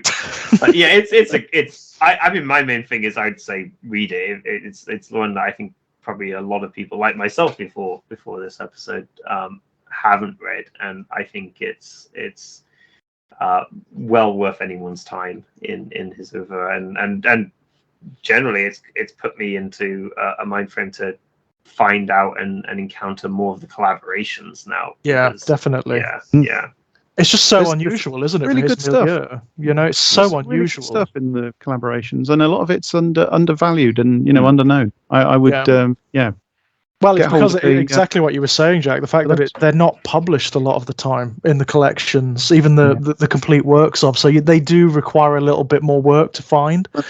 There's the solo authorship prejudice, isn't there? There's this just inherent feeling on the part of a lot of people that, like, well, if it's a collaboration or he wrote it from somebody else's idea or whatever, it must be lesser. And some of them are, because he's writing too much to other people's specs or whatever, but there's some really good stuff in the collaborations. Check And in them out fact, as this story demonstrates, I mean, there are even superior works. Yeah, I mean, this is fantastic. This is a very unusual work in Lovecraft's milieu, and I think people will be surprised when they come to it. Very, very unusual, very atypical Lovecraft, but for me, it's one of his absolute best. Definitely. I mean, thematically, it's unusual, but also just in the way it scans, the way it reads. It's quite rollicking, isn't it? You know, it is following the style, certainly early on, of those pulp science fiction adventure stories. So it's very pulpy. Yeah, very pulpy, very visual, very florid, and it just goes at a lick. You know, unlike most of Lovecraft. It has that quintessential pulp sci-fi image, the dead body in the spacesuit, you know, the space helmet with the skull in it. It has that. It's actually there, right? Like front and center. Yeah. Wonderful stuff. So go forth, guys. Go forth and read it. It's worth your time tracking down this one. I kind of want to write a sequel to this, you know. I kind of want to expand this world. Yeah, no, that would be interesting. This sort of like fantasy Venus that exists and its relations with the Earth. Yeah, that could be interesting. That could be very interesting indeed. Before we go, is there anything either of you would like to pimp out? I can. Shall I go first? I'll get mine over with. Sure, go ahead. If you want, I'm still on the bird site. I don't. You know, nowhere else to go. No, I'm still there. Musk's Twitter, he's destroying the place. Not that it was ever really good in any objective sense anyway, but there you go, I'm still there. So if you want to find, you know, links to all my stuff really at my Twitter, which is @@Jack_Graham_. You'll get to my Patreon from there. Give me a tiny amount of money. You'll get stuff I do that's exclusive, including a podcast I do with Kit Power about the Arthur Conan Doyle Sherlock Holmes stories. I do that with Daniel as well, with whom I don't speak German. We're on a bit of a hiatus at the moment, health problems, real life stuff, but we are going to come back with that, and we have a whole back catalogue. That's where Daniel tells me about the basic format of the show is Daniel tells me about one white nationalist asshole at a time per episode, and we have a whole back catalogue going through a whole load of incredibly horrible people that unfortunately in today's world you do kind of need to know about. I don't speak German. That's at Libsyn. It's in all the podcasty sorts of places. It'll be there. As I said, I've got a Patreon, and I blog at Eruditorium Press, and I sort of curate some of the stuff that I'm most pleased with at my Substack, which is Times Carcass. Excellent. Links to all of that below, guys. Rowan? Not a lot at rowantree-editing.uk. I'm trying to get back into my blogging, but I haven't there's a good recent one about Cormac McCarthy, who we should do a podcast about sometime. Absolutely. Absolutely. Would love to. And his last novel, The Passenger, is excellent, which is the one I sort of review as well as sort of give a homage to now that he's passed. I'm on Threads, trying out the latest dumpster fire of a social media, seeing how it goes. Rowan.fortune, if you want to follow me on that. I might quit it. Maybe even before you follow me, but let's see. It's all a bit empty right now. As much as there's a lot of noise about how many people have migrated to it, it feels still a bit ghost towny. I'm sort of on Facebook, which is sort of Threads, but older and therefore more decrepit. Rowan B. Fortune, if you can find me on Facebook. I don't actually know how you find someone on Facebook. So, but yeah, mostly my website. That's probably the best place to find me online. Excellent. Again, guys, links to all of this below. Can I just add one thing? Yeah, there is something. It's probably be out by the time this comes out, which is I've done a guest appearance on the Scapegoat podcast, which is a great show. David David Fagiani, and superb. I've been on it before with Kit, and Kit's been on it several times, and you, George, you've been on it. So all the best people, obviously. And I've just recently done a guest spot on that, talking about a book that absolutely fascinates me, which is Agatha Christie's And Then There Were None. And that episode, I believe, is going to be coming out quite soon. So if you want to hear me talk about that, pop over to the Escape Goat podcast. Excellent. And once again, I will put links to the Escape Goat below. That is a fantastic podcast, guys. Great show. Yeah, Such a wonderful range of subject as well. I mean, I know I've spoken with David about things ranging from the old Commodore Amiga computer to the Count Duckula cartoon. You know, it's just wonderful. As for myself, guys, as per usual, you can find me knocking about here on Exaggerated Elegy. We do all sorts here at the moment. There was a recent chat that I had with Rowan, which went on for, I think that was just a bit of everything, wasn't it, Rowan? We just talked about everything and anything in that one. Yeah, that was migratory discussion, definitely. It was great. Yeah. It was great fun. Yeah. We're also doing Hannibal Digested at the moment, where we're going through the Brian Fuller Hannibal series, Jack, Elliot, and I. That is proving to be great fun. Damaging to me because I keep rewatching the show inadvertently, which I shouldn't do. It's not healthy for me. Links to all of my published work over at strangeplaygrounds.com, and at the moment, yes, you can still find me wallowing in the fires, the dumpster fire that is Twitter. Don't know how long for. We'll see, won't we? I got him on Blue Sky, folks. You did. You did get me on the sky that is not red. I still don't know how it works yet. I'm still very early days with that one, so we'll see about that. But thank you so much, guys. That was great fun. Great fun. Thank you so. It was. And it was really, really, really great to finally get to talk to Rowan. Yes. So, let's do this again. Likewise. Yeah, absolutely. Brilliant. I had a really good time. As per usual, guys, if you would like to chat about anything at all, please let me know and we'll set something up, yeah? Brilliant. Okie dokes. Well, bye-bye. Bye.